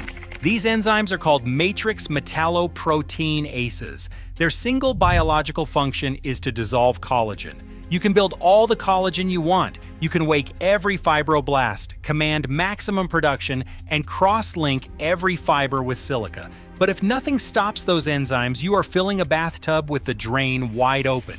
The next plant stops the drain, and you probably have it sitting in your kitchen right now. You have a jar of this in your spice rack at this very moment. You have cooked with it 1,000 times. You have rubbed a sprig between your fingers and breathed in that sharp, woody, unmistakable scent. You have seasoned roasted potatoes with it, tucked it under the skin of a whole chicken, stirred it into olive oil for dipping bread. And in all those years, through all those meals, you never once considered what this plant might do for your skin. That changes now. This is not a story about a rare herb from the other side of the world. This is rosemary. It is sitting in your kitchen. It has been there for years, and it contains compounds that directly block the enzymes destroying your collagen every time you step into sunlight. Walk through the coastal hills of the Mediterranean on any afternoon. Southern France, the Greek islands, the rocky slopes of Croatia. Rosemary grows wild across all of them. The air smells of it. Entire hillsides are blanketed in low woody bushes with narrow leaves and pale blue flowers. For centuries, people in these regions have cooked with rosemary daily, brewed it into tea, infused it into oils, and rubbed it directly onto their skin. Researchers studying Mediterranean populations have consistently noted the remarkable skin quality of people in these communities, even among those who spent decades working in direct sunlight on farms and fishing boats. The science explains why. Rosemary contains a compound called carnosic acid. When ultraviolet radiation from the sun reaches your skin, it triggers oxidative stress, and that activates the collagen-dissolving enzymes. This is the primary mechanism behind photoaging. The fine lines, the loss of firmness, the gradual loosening of skin that accumulates over years of sun exposure. Carnosic acid interrupts this entire chain reaction. It prevents those enzymes from activating in the first place. It does not just absorb some of the ultraviolet damage the way a sunscreen might, it blocks the specific downstream signal that triggers collagen destruction. Carnosic acid is also one of the most potent free radical scavengers found in any plant. It outperforms vitamin E in stability tests. And unlike certain citrus oils that increase sun sensitivity, rosemary is not phototoxic. It is safe to use in morning skincare without worrying about making your skin more vulnerable. Here is the part that should make you pause. The most expensive anti-aging serums on the market contain synthetic MMP inhibitors. These are the cutting-edge ingredients that luxury skincare brands charge $200 a jar for. Rosemary contains a natural MMP inhibitor that has been growing on Mediterranean hillsides for millennia. It has been in your spice rack for years. You bought it for $3. Growing rosemary is one of the simplest things you will ever do. It needs direct sunlight and well-draining soil. It actually prefers to be neglected. Overwatering is the only common way to kill it. A single rosemary plant lives for years and grows into a woody, bushy, small shrub that keeps producing indefinitely. Harvest sprigs whenever you need them. Steep fresh rosemary in hot water for tea. Infuse sprigs in olive oil for several weeks to create a topical rosemary oil. Add it to every meal you cook because the active compounds survive heat. One plant from a garden center or grocery store costs a few dollars. It never needs replacing. You have been buying this plant to flavor your food. You have been tossing the leftover sprigs into the trash after dinner.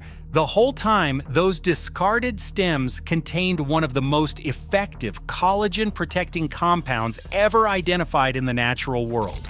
The answers were never hidden on the other side of the world. Some of them were sitting in your kitchen drawer the entire time. Rosemary guards collagen from the outside, from ultraviolet radiation, from free radicals, from the environmental assault your skin absorbs every single day. But there is one threat that rosemary cannot stop. Collagen does not only break down from external attack, it dries out.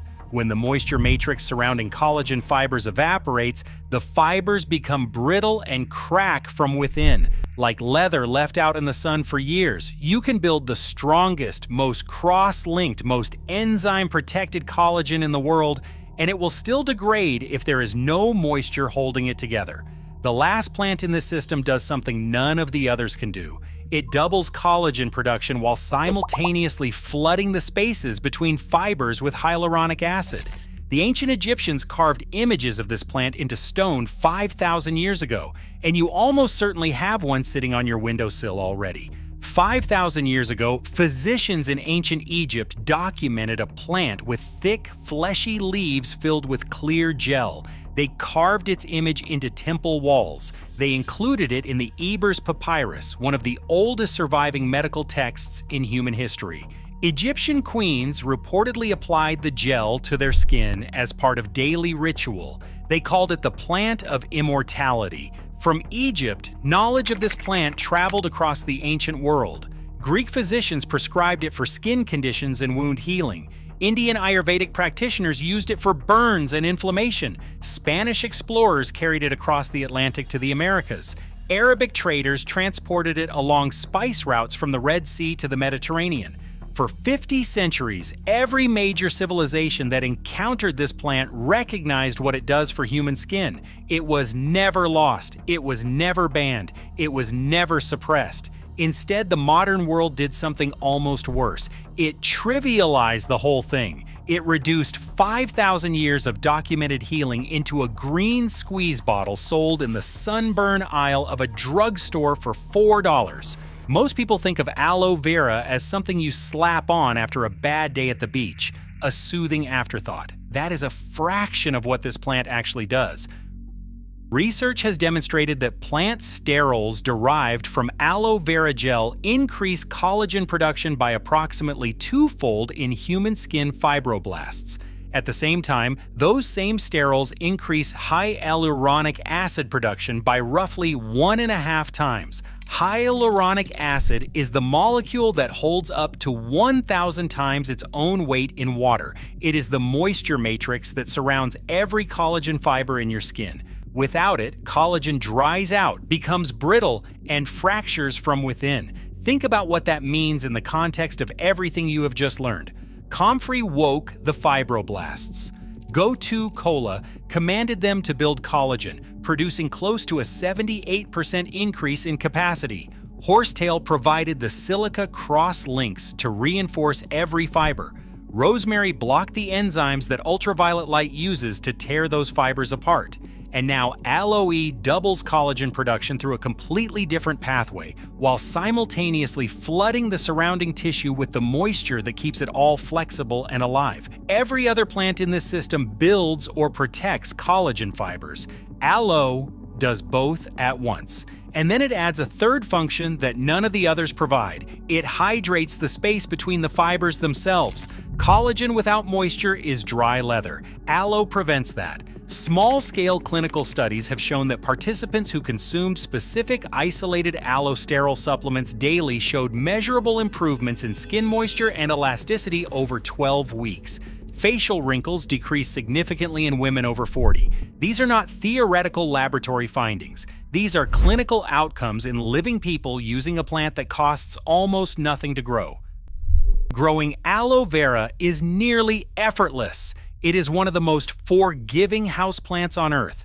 Bright indirect light, sandy or well-draining soil, water once every 2 to 3 weeks. Overwatering is the only real danger. The plant stores moisture in its thick leaves and thrives on neglect. The plant produces pups. These are baby plants that emerge from the base of the mother plant throughout the growing season. One aloe becomes 5 within a year, 5 become 20 the year after. You will run out of windowsill space before you run out of aloe. To harvest, cut an outer leaf close to the base, split it open lengthwise, scoop out the clear gel, apply it directly to your skin or blend it into smoothies for internal benefit. One leaf provides enough gel for several applications, and the plant keeps producing new leaves continuously. After the first plant, you never need to buy another one. It replicates itself indefinitely. Now step back and see what you have built. Not 5 random plants sitting in a row, a system. 5 mechanisms that cover the complete collagen life cycle, from activation to construction to reinforcement to protection to hydration. Nothing is missing. Nothing overlaps without purpose. Each plant fills the exact gap that the previous one left open. Comfrey activates dormant fibroblasts with allantoin, waking the cells that produce collagen. Go-To Cola commands those awakened cells to build type 1 collagen at dramatically accelerated rates. Horsetail provides the silica that cross-links and reinforces every new fiber into structurally sound tissue. Rosemary blocks the UV-triggered enzymes that would tear those fibers apart from the outside. Aloe doubles collagen production through a separate pathway while flooding the surrounding tissue with hyaluronic acid to keep everything hydrated and flexible. 5 mechanisms, 1 complete cycle. No supplement bottle in existence covers all 5. You do not need a farm, you do not need a yard, you need 3 pots and a windowsill. 1 pot at the sunny end holds rosemary, woody, and compact. Next to it, aloe sits in bright indirect light, thick leaves ready for harvest. At the shadier end, Go-To Cola spreads its small round leaves across moist soil. Comfrey oil, infused from leaves you harvested and dried from a garden pot or an outdoor patch, sits in a small bottle on the counter.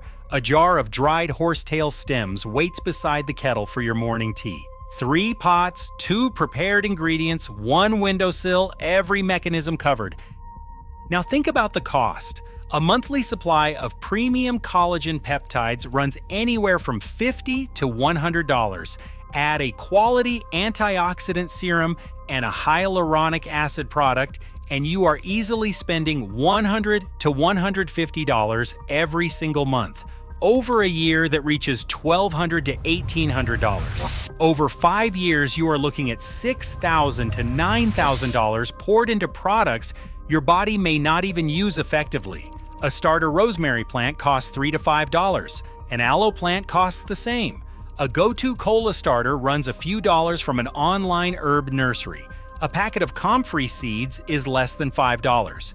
Dried horsetail stems for months of tea cost under $10. Total startup for the entire system is less than 1 single month of the supplements it replaces. And after the first season, the ongoing cost approaches $0. Aloe produces pups endlessly. Rosemary lives for years and keeps growing. Go-To Cola spreads by runners and fills its pot naturally. Comfrey is a perennial that returns every spring without replanting. You stop paying. The plants keep producing. The supplement industry sells you 1 product at a time. A powder, a capsule, a serum, a jar. These 5 plants build a system that does not require a subscription, a system that does not expire on a shelf, a system that grows back every time you harvest from it.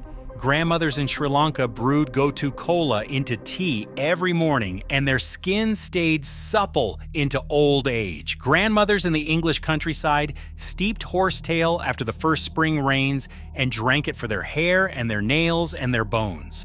Grandmothers across the Mediterranean coast crushed rosemary into oil and rubbed it into their skin before bed. Egyptian queens applied aloe gel as part of their daily ritual 5,000 years ago. Medieval healers packed comfrey poultices onto wounded soldiers and watched the tissue regenerate within days. These plants are not new discoveries. They are old knowledge that the modern economy forgot, because nobody could figure out how to charge a monthly subscription fee for a leaf that grows back on its own. You have that knowledge now. The plants do not care about your zip code. They do not care about your income or your age or your skin type. They care about soil and water and light. Give them a windowsill and they will give you what no supplement company on earth can sell you. A system that rebuilds itself, protects itself, hydrates itself, and costs nothing forever. 5 plants, 1 windowsill, thousands of years of proof.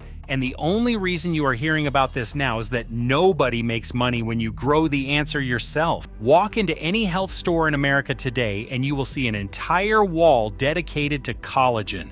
Powders, capsules, gummies, creams, liquid shots in tiny plastic bottles, each one promising tighter skin in 30 days or less. While it is true that your digestive system breaks collagen down, a portion of it is absorbed as short peptide chains. Eating a balanced diet with enough protein, vitamin C, and zinc provides your body with the exact same raw building blocks to make its own collagen naturally. The real question was never whether you have enough raw collagen to swallow. The real question is whether your body has the right signals to build it, the right compounds to protect it, and the right defenses against the three forces that destroy it faster than you can ever rebuild it. Those three forces are specific and relentless. The first is a group of enzymes whose only job is to shred your collagen fibers apart. Picture microscopic scissors cutting through the support beams of your skin, one fiber at a time. Their activity increases every year you age and every hour you spend in unprotected sunlight.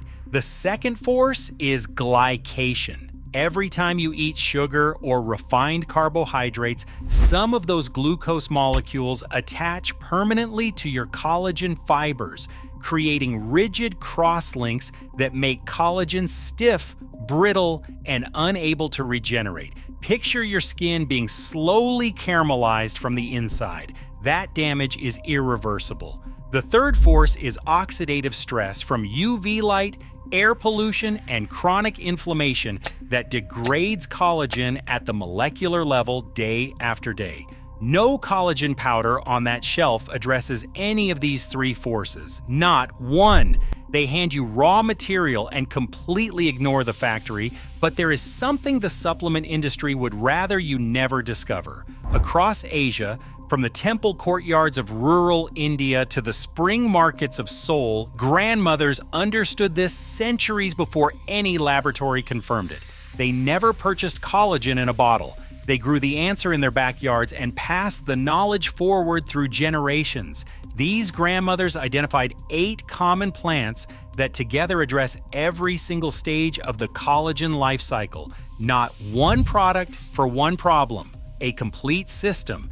8 plants that stimulate new collagen production, block the enzymes that tear it apart, and shield existing collagen from sugar damage and oxidative damage at the same time. These plants are not rare. They are not expensive. Most of them are classified as weeds or common kitchen herbs.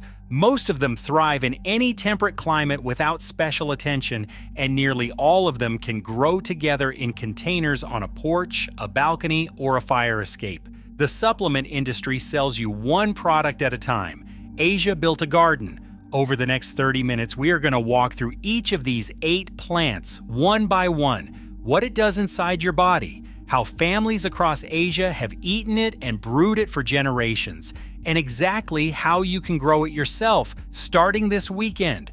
At the very end, you will see how all 8 fit into a simple container system that costs nothing after the first planting.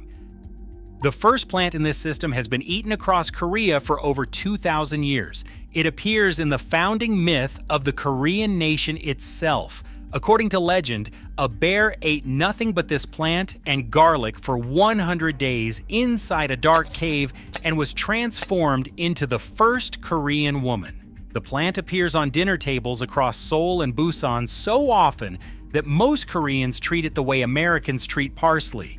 In Korea, they call it suk. In the West, it grows on roadsides and ditches and at the edges of garden beds where nobody wants it. Westerners see it as a weed to pull. Koreans treat it as sacred. When researchers tested mugwort extract on human skin fibroblasts, the cells whose entire job is manufacturing collagen, they found exactly what Korean medicine had been saying all along. The extract measurably increased collagen production and reduced markers associated with wrinkle formation. Mugwort delivers both vitamin C and vitamin E in forms the body absorbs efficiently. Vitamin E shields your cell membranes from oxidative damage, while vitamin C powers the enzyme reaction that builds the collagen helix. One plant, addressing oxidative stress while simultaneously stimulating new collagen production from the ground up. You dry the leaves and brew them as a daily tea. You powder them and stir them into rice or soups. Growing mugwort takes zero skill. It is invasive in most temperate climates because it self-seeds aggressively. In a container, that aggression becomes your greatest advantage. Endless harvest, no replanting, full sun or partial shade, any soil. Plant it in a pot and step back because this plant intends to survive whether you help it or not. In India and Sri Lanka, they call it Brahmi and consider it one of the most important healing herbs in human history. In Thailand, vendors sell it as a cold green drink at street stalls in Bangkok and Chiang Mai.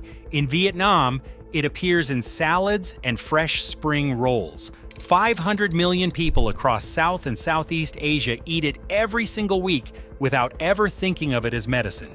In Western botany, it is Centella asiatica. Most of the world simply calls it Jotu cola. The active compound is called asiaticoside. In laboratory studies on human fibroblasts, asiaticoside activated specific signaling pathways that boosted collagen production in a dose-dependent manner. More of the compound meant more collagen, reliably, repeatedly, every single time. It also produced a significant increase in the tensile strength of healing tissue. The effect was consistent and measurable in study after study. Now here is what the beauty industry hopes you never connect. Centella asiatica is already the star ingredient in hundreds of Korean skincare products.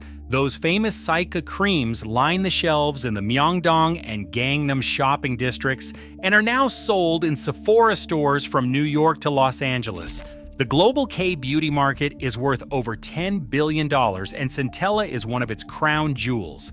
Companies extract the active compounds, stabilize them, patent the formulation, and sell a small jar for $40 to $80. The whole plant grows in a pot on your windowsill for the cost of a seed packet. Let that sink in for a moment. The ingredient they charge $80 for grows itself for free once you plant it. Eat the leaves fresh in salads. They have a mild taste with a slightly bitter, earthy quality that works well alongside vegetables and grains. Juice them, brew them as tea. In Sri Lanka, families eat gotu kola as a daily salad called sambal mixed with fresh coconut and lime.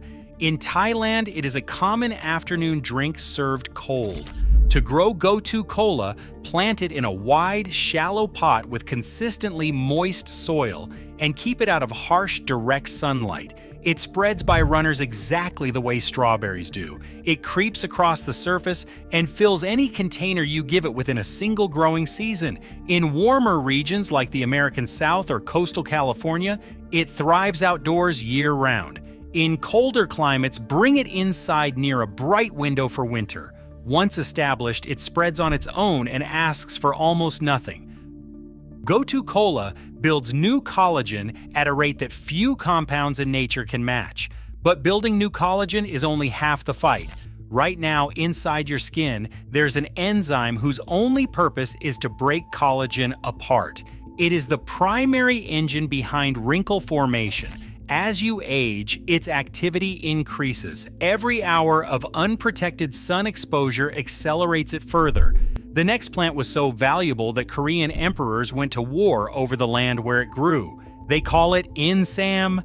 The world knows it as Korean ginseng. For over 2,000 years, ginseng was considered the most precious medicinal root in all of East Asia.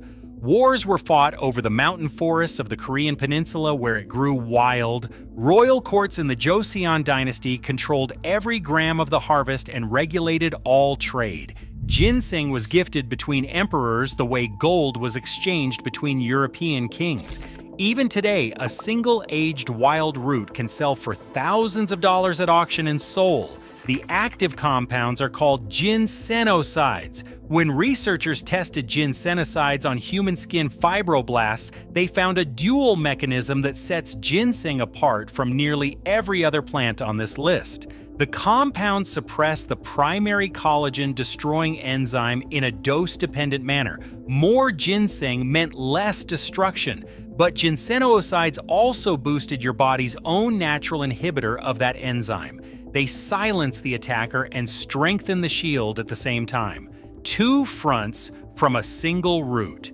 Many of these preparations were documented centuries ago by the royal physician Hyo-jun when he completed the Dongui Bogum in 1613. It remains the most important medical encyclopedia in Korean history, and it cataloged the use of ginseng alongside hundreds of other plants that Western medicine did not begin to study until the 21st century. The traditional way to eat ginseng is samgyetang. Picture a clay pot in a small restaurant in the Insadong district of Seoul. Inside it, a whole young chicken is stuffed with ginseng root, sticky rice, garlic, and jujube dates, then simmered for hours until the broth turns cloudy and golden. Koreans eat this dish on the hottest days of summer, believing it restores what the heat takes away. For daily use, you slice the root thin and steep it as tea. Growing ginseng requires patience. The root takes 4 to 6 years to mature fully. It needs shade, cool temperatures, and well-drained soil. But here is the shortcut the ginseng industry never mentions. The leaves contain the same active ginsenyosides in lower concentration.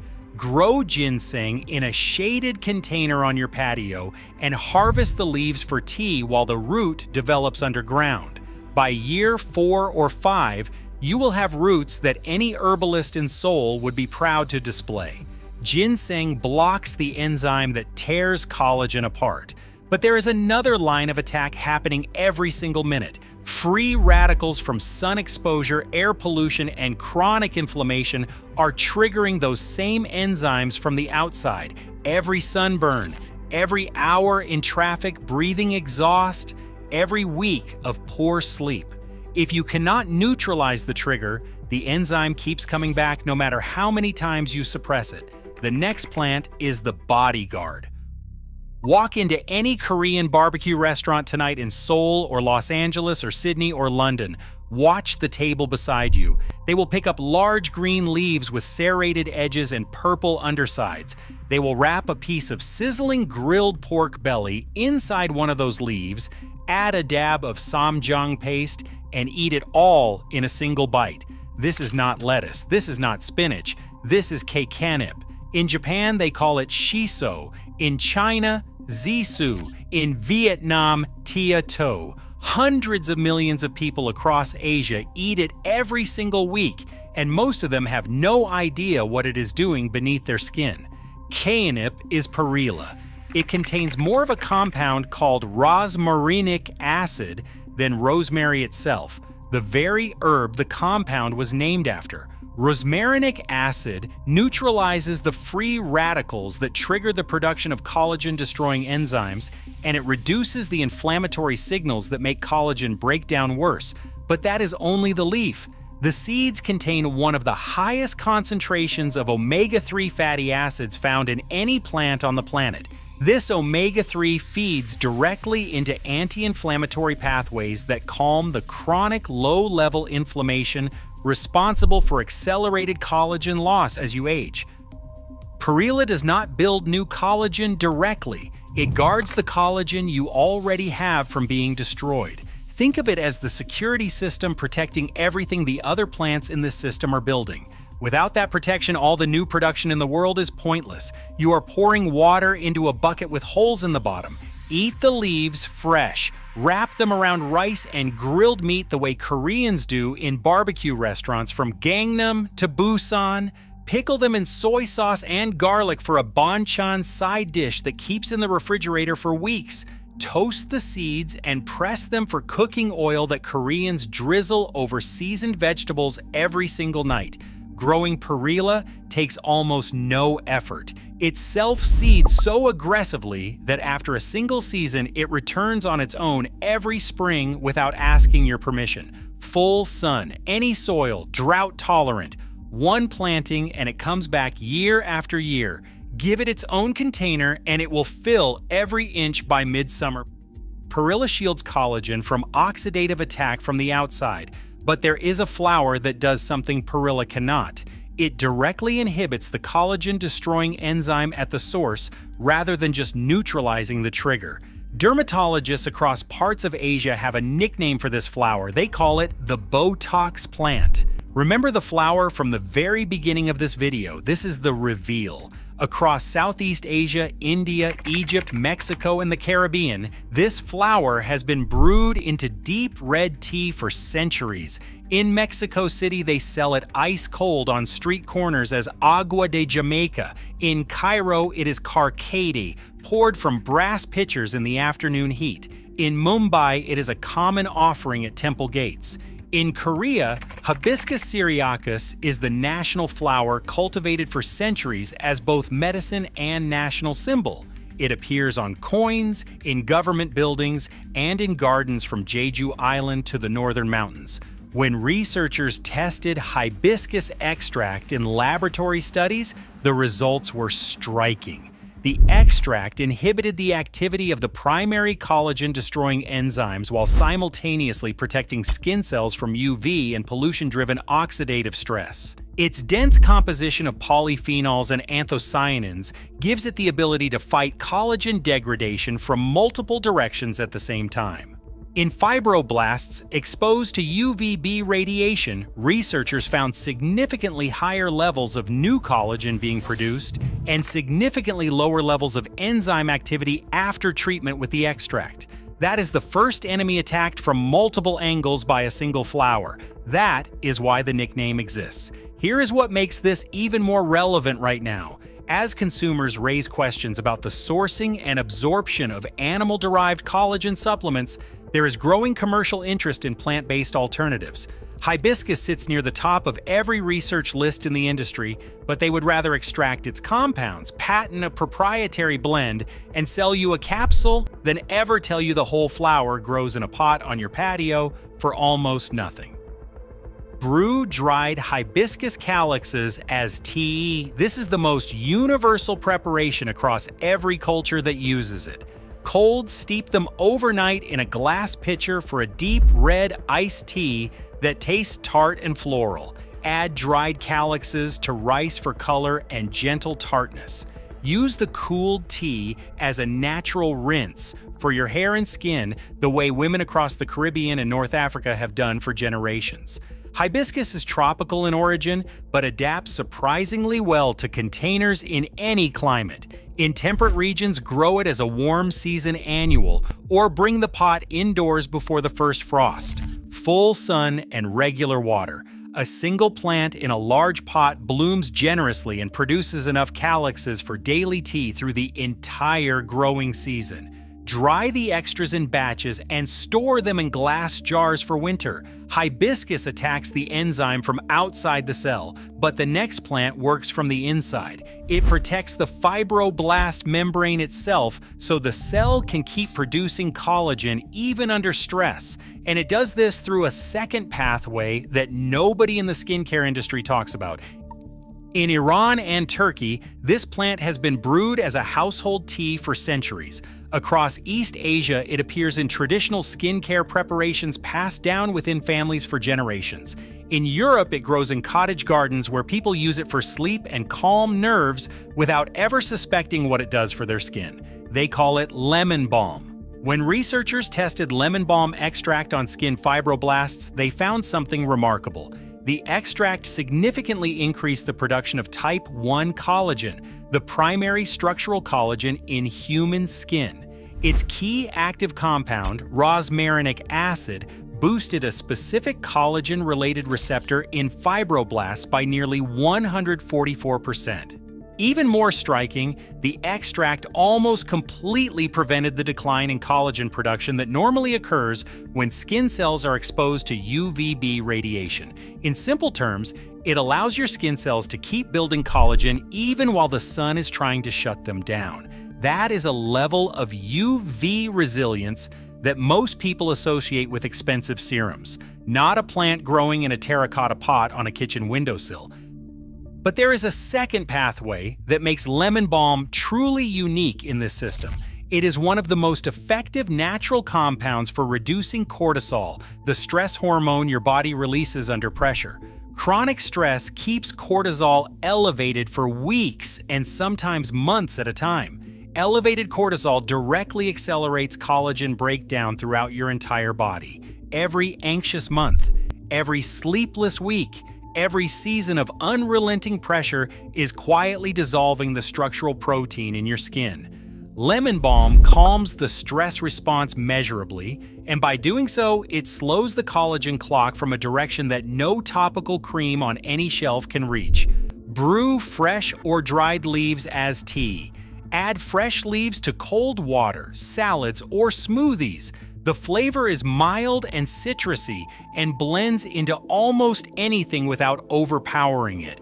This is one of the easiest herbs in the world to incorporate into a daily routine. Lemon balm belongs to the mint family, which means it spreads with enthusiasm. In a container, that enthusiasm becomes continuous harvest, partial shade to full sun, any soil, drought-tolerant once established. It grows vigorously from spring through fall and returns the following year without replanting. Keep it in its own pot because it will overtake anything planted beside it.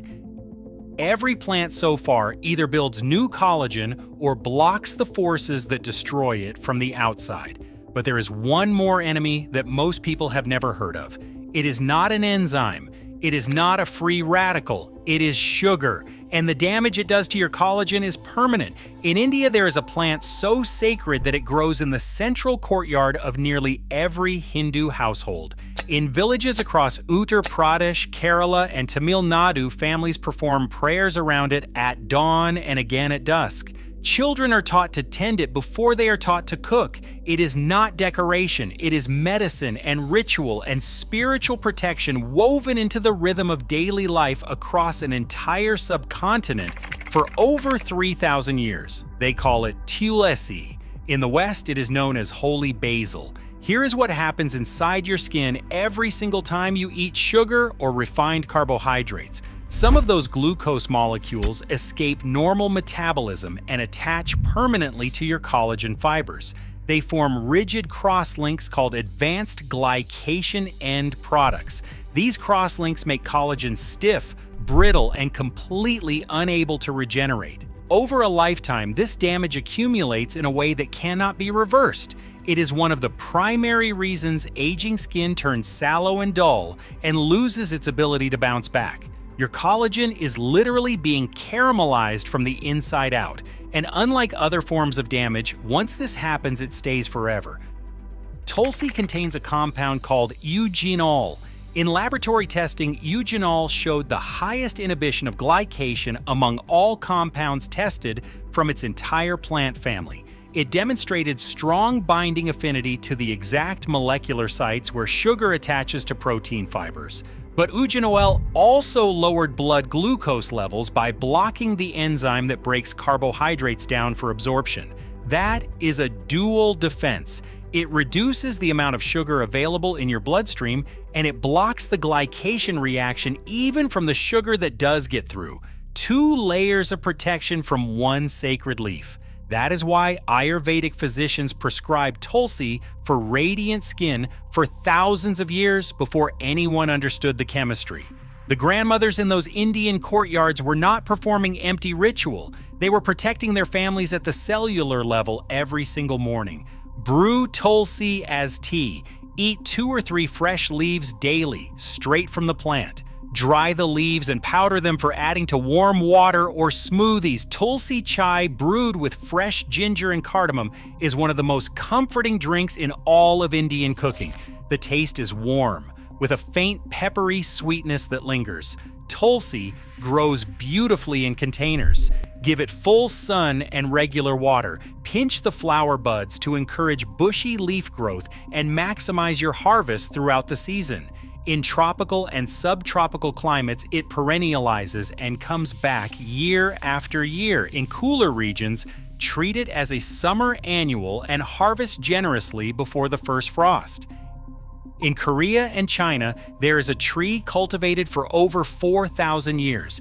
Its leaves fed the silkworms that produced the silk that built the Silk Road and connected civilizations from Chang'an to Constantinople to Rome. But long before anyone thought to feed silkworms with it, the leaf itself was medicine. Koreans call it pipong IP.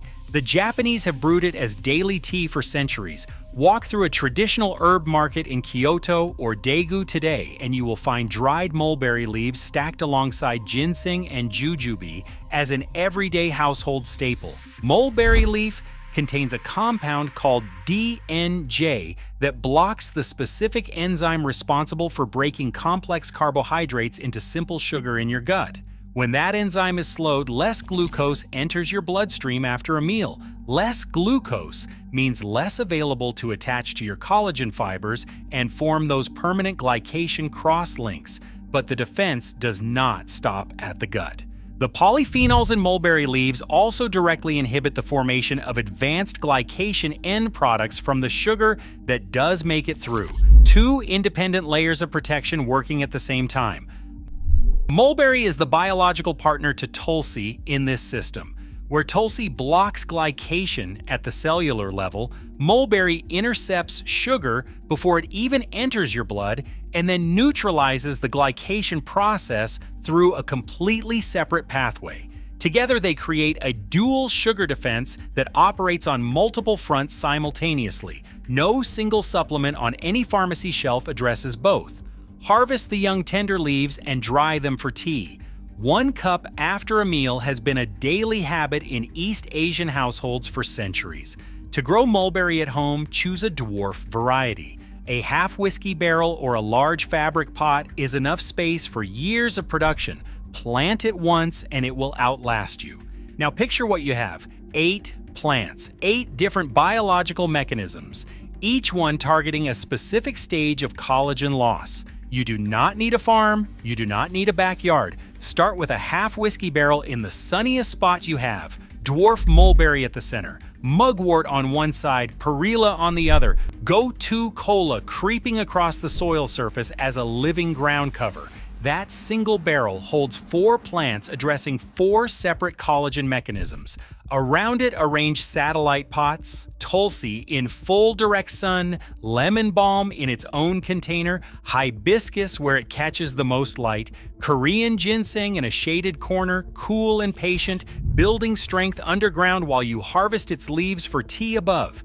In the first growing season, you harvest leaves from mugwort, perilla, go-to cola, Tulsi, and lemon balm. You brew mulberry leaf tea after meals and dry hibiscus calyxes in batches for winter. By the second season, ginseng leaves are ready for tea and the hibiscus is flowering at full capacity. By year 3, every single plant in the system is producing at its peak. Your collagen toolkit is complete. Your only ongoing cost from that point forward is water. Think back to those 3 enemies. The enzymes that shred collagen apart, the sugar that stiffens it permanently from the inside, the oxidative stress that degrades it molecule by molecule. Now think about what you just built. Go-to cola and mugwort stimulate new collagen production directly. Korean ginseng, hibiscus, and lemon balm block the enzymes that destroy it. Tulsi and mulberry leaf shield collagen from sugar damage and glycation. Perilla neutralizes oxidative stress and calms the chronic inflammation that accelerates all 3 enemies at once. 8 plants, 3 enemies, 1 system, 0 subscription. The supplement industry sells you a powder that your body breaks down into amino acids, the same amino acids you could get from an egg or a piece of chicken or a handful of lentils. They charge premium prices for a product that never touches the enzymes, the glycation, or the oxidative stress that caused the collagen loss in the first place. Walk down the supplement aisle of any American pharmacy and count the jars. Collagen peptides, marine collagen, bovine collagen, collagen with biotin, collagen with hyaluronic acid. Each jar promises to solve a problem it was never designed to address. The right question is, how can we support our skin from the inside out by protecting our existing collagen and giving our bodies the optimal nutrients to make more naturally? Grandmothers across Asia answered that question centuries ago. They did not need a subscription service. They walked into the garden before breakfast. They picked the leaves, they brewed the tea, they wrapped the meat, They stirred the porridge and they passed this living system forward through generations of daughters and granddaughters for 2,000 years without ever needing a brand name or a barcode or a plastic bottle. You have that knowledge now. The plants do not care about your zip code. They do not care about your income or your age or your skin type. They care about soil and sunlight and water. Give them that and they will give you what no supplement company on earth can sell. A system that rebuilds itself, protects itself, and costs nothing after the first planting. 8 plants, a few pots, thousands of years of proof. And the only reason you are hearing about this now is that nobody makes money when you grow the answer yourself. One plant, one single species growing wild in every country where humans live. It contains the highest omega-3 concentration of any leafy vegetable ever tested. Not comparable, not close, the highest. It produces glutathione, the compound that dermatologists and researchers call the master antioxidant of human skin. It contains melatonin at levels that laboratory studies confirm protects skin cells from ultraviolet radiation damage at the cellular level. And it grows without irrigation, without fertilization, and without any human attention in gravel, in sand, in compacted dirt, and in the cracks between pavement slabs across every inhabited continent on Earth. The global skincare industry generates over $180 billion every year. Anti-aging creams, retinol serums, collagen peptide powders, hyaluronic acid injections, glutathione IV drips, entire supply chains built around reversing what this one plant prevents for free. 30 years of published clinical research, peer-reviewed journals, named researchers, specific compounds measured to the milligram, and still most people in North America and Europe have never been told this plant exists. The plant is purslane, Portulaca oleracea. If you garden, you know it. You just did not know you knew it. It is the flat, succulent-leafed plant with thick reddish stems that creeps along the ground in your flower beds, your driveway edges, your vegetable rows. It hugs the soil. It spreads outward in a starburst pattern. The leaves are small, smooth, and slightly waxy. They look like tiny jade paddles. You have seen it. You have pulled it. You have thrown it in the compost bin or the trash bag and gone back to watering the plants you paid money for.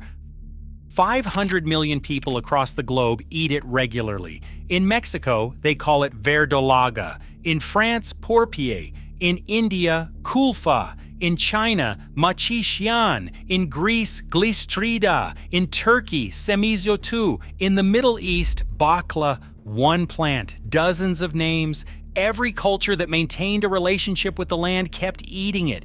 Every culture that industrialized its food system forgot it existed. The United States Department of Agriculture lists purslane as a common weed in all 50 states.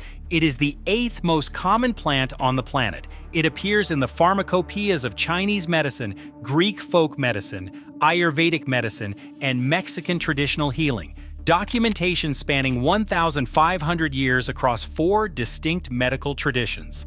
While purslane had been studied in European labs for decades, it wasn't until Dr. Artemis Simopoulos published her landmark 1992 study in the Journal of the American College of Nutrition that mainstream Western medicine was forced to reckon with this weed's staggering nutritional density. That paper documented what Asian and Mediterranean cultures had known for centuries. This weed was one of the most nutritionally dense leafy greens on Earth. The delay was not accidental. Research follows funding. Funding follows patents. You cannot patent a plant that grows in sidewalk cracks. You cannot build a quarterly earnings report around a crop that self-seeds and never needs replanting. The system did not suppress purslane. It simply never had a financial reason to look at it. Now let us look at what the science actually found, because what purslane does to aging skin is not one mechanism, it is 6.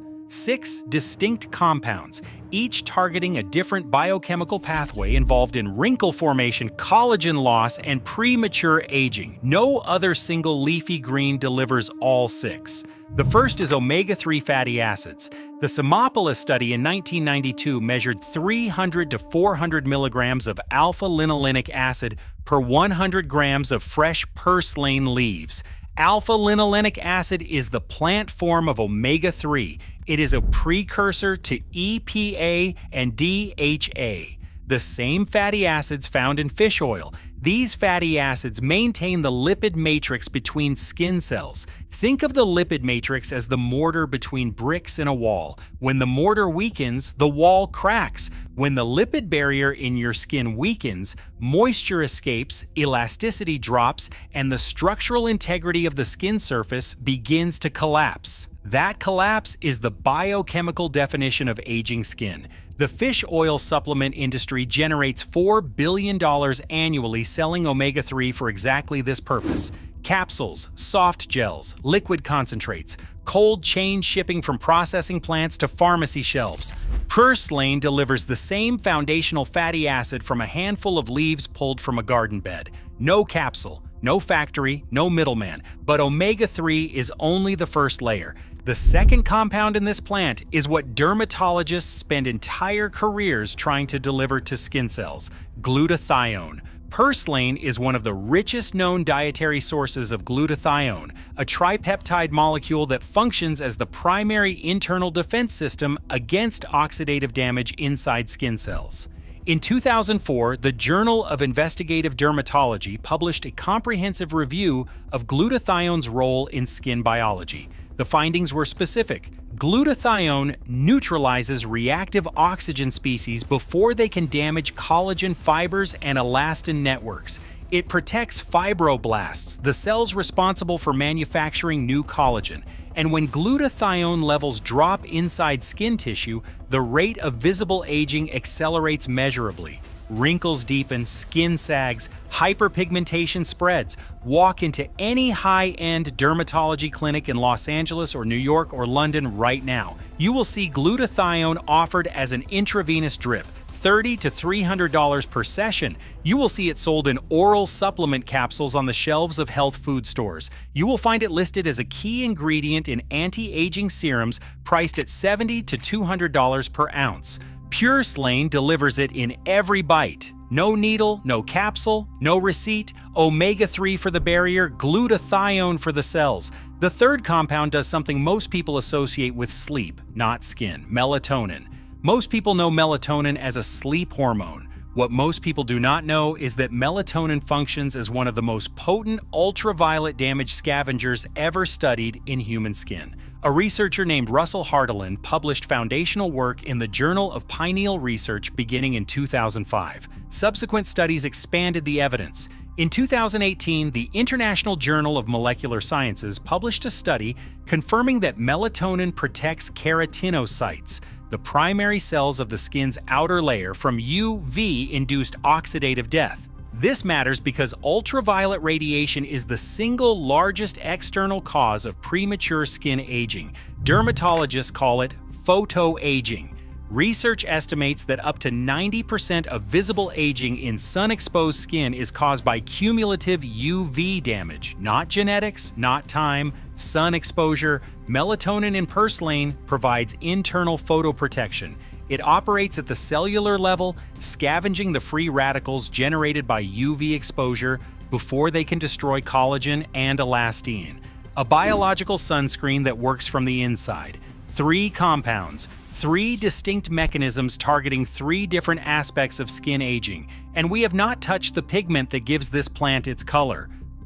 Look at the stems of a purslane plant. They are reddish purple. That color is not decorative. It comes from a class of antioxidant compounds called betalains. In 2012, a research team led by M.K. Udine published a study in food chemistry analyzing the betalain content of purslane. They found that purslane betalains exhibit antioxidant activity comparable to or exceeding that of beet-derived betalains. What makes betalains specific to skin aging is their molecular target.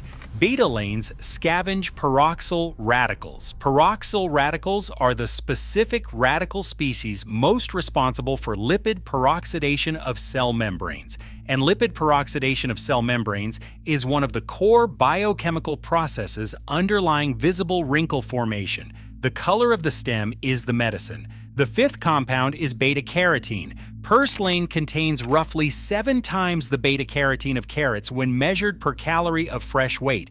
Beta-carotene is a provitamin A compound that accumulates in skin tissue over time with consistent dietary intake. A 2008 meta-analysis published in Photochemistry and Photobiology reviewed multiple controlled trials and concluded that dietary beta-carotene supplementation reduces UV-induced erythema, which is sunburn, by approximately 20% after 10 weeks of consistent intake. Combined with melatonin, this gives purslane a dual internal photoprotection mechanism. No other single leafy green provides both. The sixth compound is vitamin E, specifically alpha-tocopherol. Purslane's concentration ranks among the highest of any leafy green ever measured. The American Journal of Clinical Nutrition has published multiple studies establishing alpha-tocopherol as the primary lipid-soluble antioxidant in human skin. Its specific function in preventing skin aging is well documented. Vitamin E acts as a powerful lipid-soluble antioxidant, helping protect cell membranes from the oxidative damage that accelerates collagen breakdown and skin stiffness over time. Vitamin E also works synergistically with vitamin C, which purslane also contains at 21 milligrams per 100 grams. Together, these two vitamins regenerate each other's antioxidant capacity. One protects lipids, the other protects water-soluble compartments. Together, they create a recycling loop of protection that extends the functional lifespan of both compounds inside skin tissue. 6 compounds, 6 distinct mechanisms. Omega-3 fatty acids maintaining the lipid barrier between cells, glutathione neutralizing free radicals inside the cells, melatonin scavenging UV damage at the keratinocyte level, beta-lanes targeting the specific radical species that destroys cell membranes, beta-carotene accumulating in skin tissue as an internal sunscreen, vitamin E preventing the collagen cross-linking that creates permanent wrinkles, all 6 present in one plant.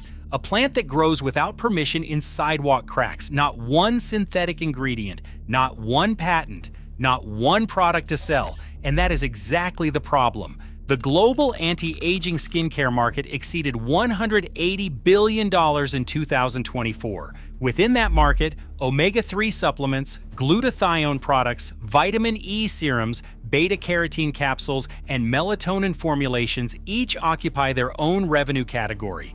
Each generates billions independently.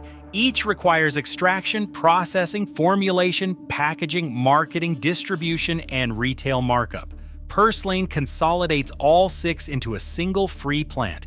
No extraction facility, no encapsulation line, no cold chain logistics, no shelf life to manage, no profit margin to protect. A consumer who grows purslane in a $5 pot on a balcony eliminates the need for 5 separate product categories simultaneously. Search PubMed right now.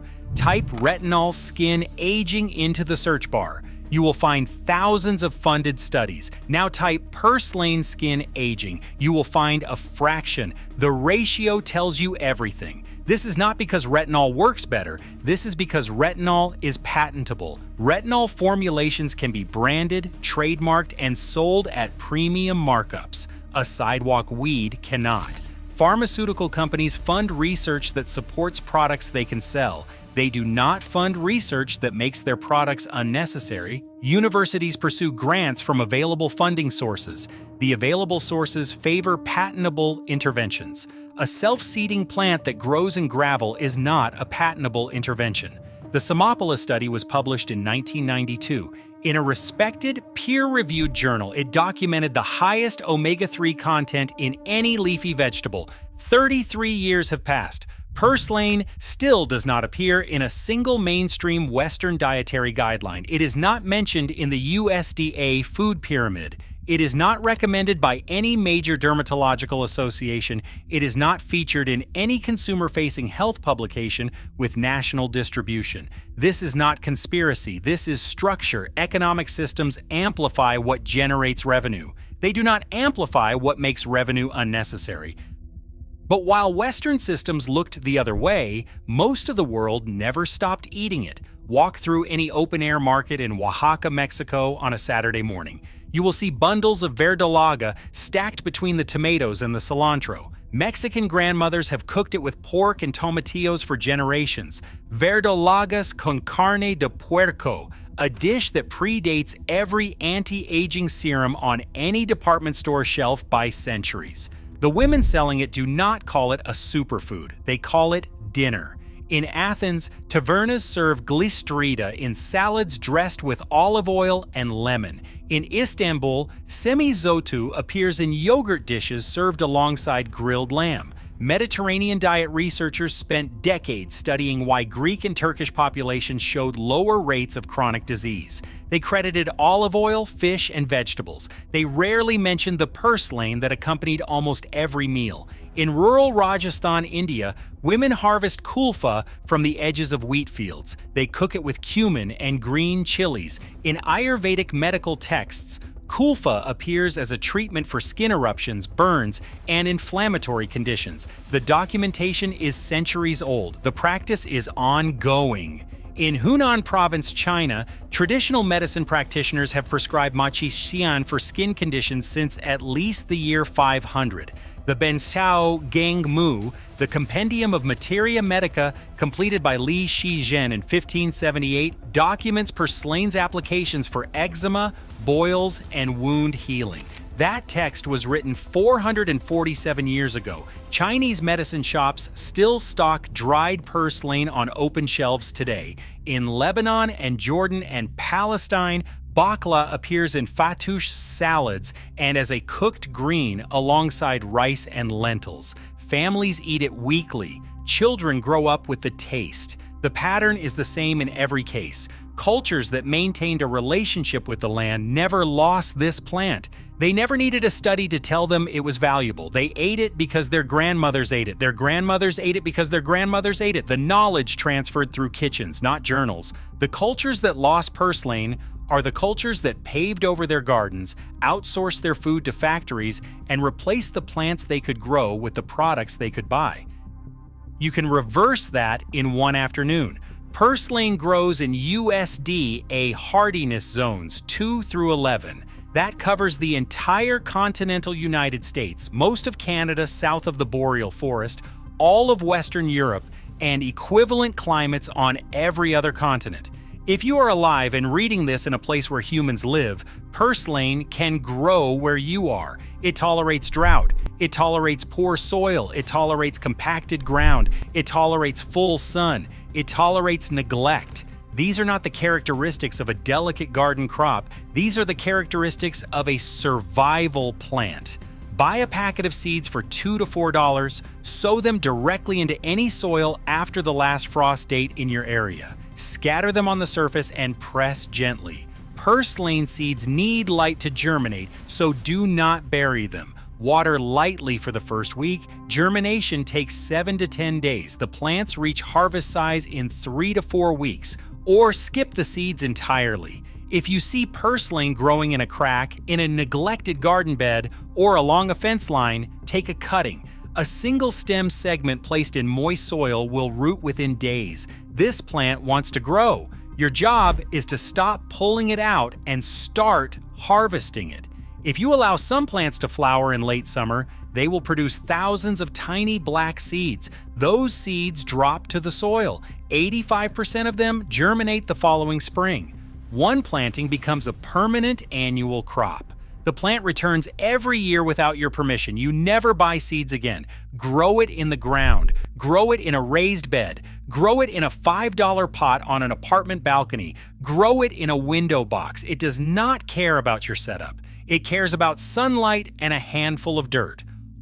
Harvest leaves and tender stems throughout the growing season.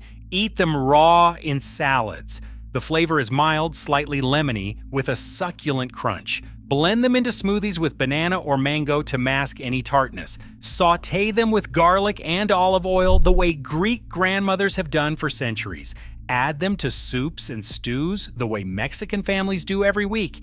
Pickle the stems in vinegar for year-round preservation. Dry the leaves and store them for winter use as a tea or as reconstituted greens.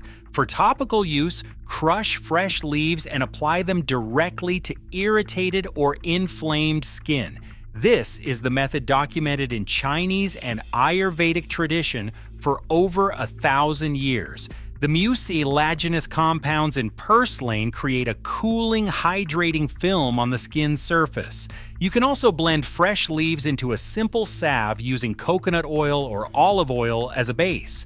But understand this clearly. The deepest skin benefits come from eating purslane consistently, not from applying it externally. The omega-3, the glutathione, the melatonin, the beta-carotene, the vitamin E, these compounds work from within. They reach skin cells through your bloodstream after digestion. The real skincare routine is the salad. One safety note: purslane contains oxalates, similar to spinach. If you have a history of kidney stones, speak with a physician before consuming large quantities regularly, and confirm your identification before harvesting wild purslane. There is a plant called spurge that grows in similar locations. The difference is easy to spot. Purslane has thick, smooth, succulent leaves and clear sap in its stems. Spurge has thin, non-succulent leaves and produces a milky white sap when you snap a stem. Break the stem. If white liquid appears, it is not purslane. Walk away. Purslane is not the only plant growing in plain sight with published scientific evidence for skin health. There are others: plantain, chickweed, red clover, burdock, violet leaf. Each one grows wild. Each one has peer-reviewed research behind its traditional uses. Each one costs nothing. And each one has been dismissed as a weed by the same systems that sell you the expensive alternatives. The science is published. The studies exist. The compounds are measured and documented in journals anyone can access. The most effective anti-aging intervention for human skin does not require a prescription. It does not require a serum. It does not require a supplement or a credit card. It requires recognizing that the plant growing in a sidewalk crack contains 6 compounds that each independently slow the biochemical processes of skin aging. And together, they do what no single product on any store shelf has ever achieved. The skincare industry profits from complexity. This plant offers simplicity. It never hid. It grew in every driveway, every neglected garden bed, every crack in the pavement. For decades, we called it a weed and pulled it out. The wrinkles formed anyway. The studies are published. The plants are available. Your skin already knows how to build collagen and produce hyaluronic acid. What slowed was never your biology. It was your access to the organisms that kept the process running. These plants never hid. The price tags did.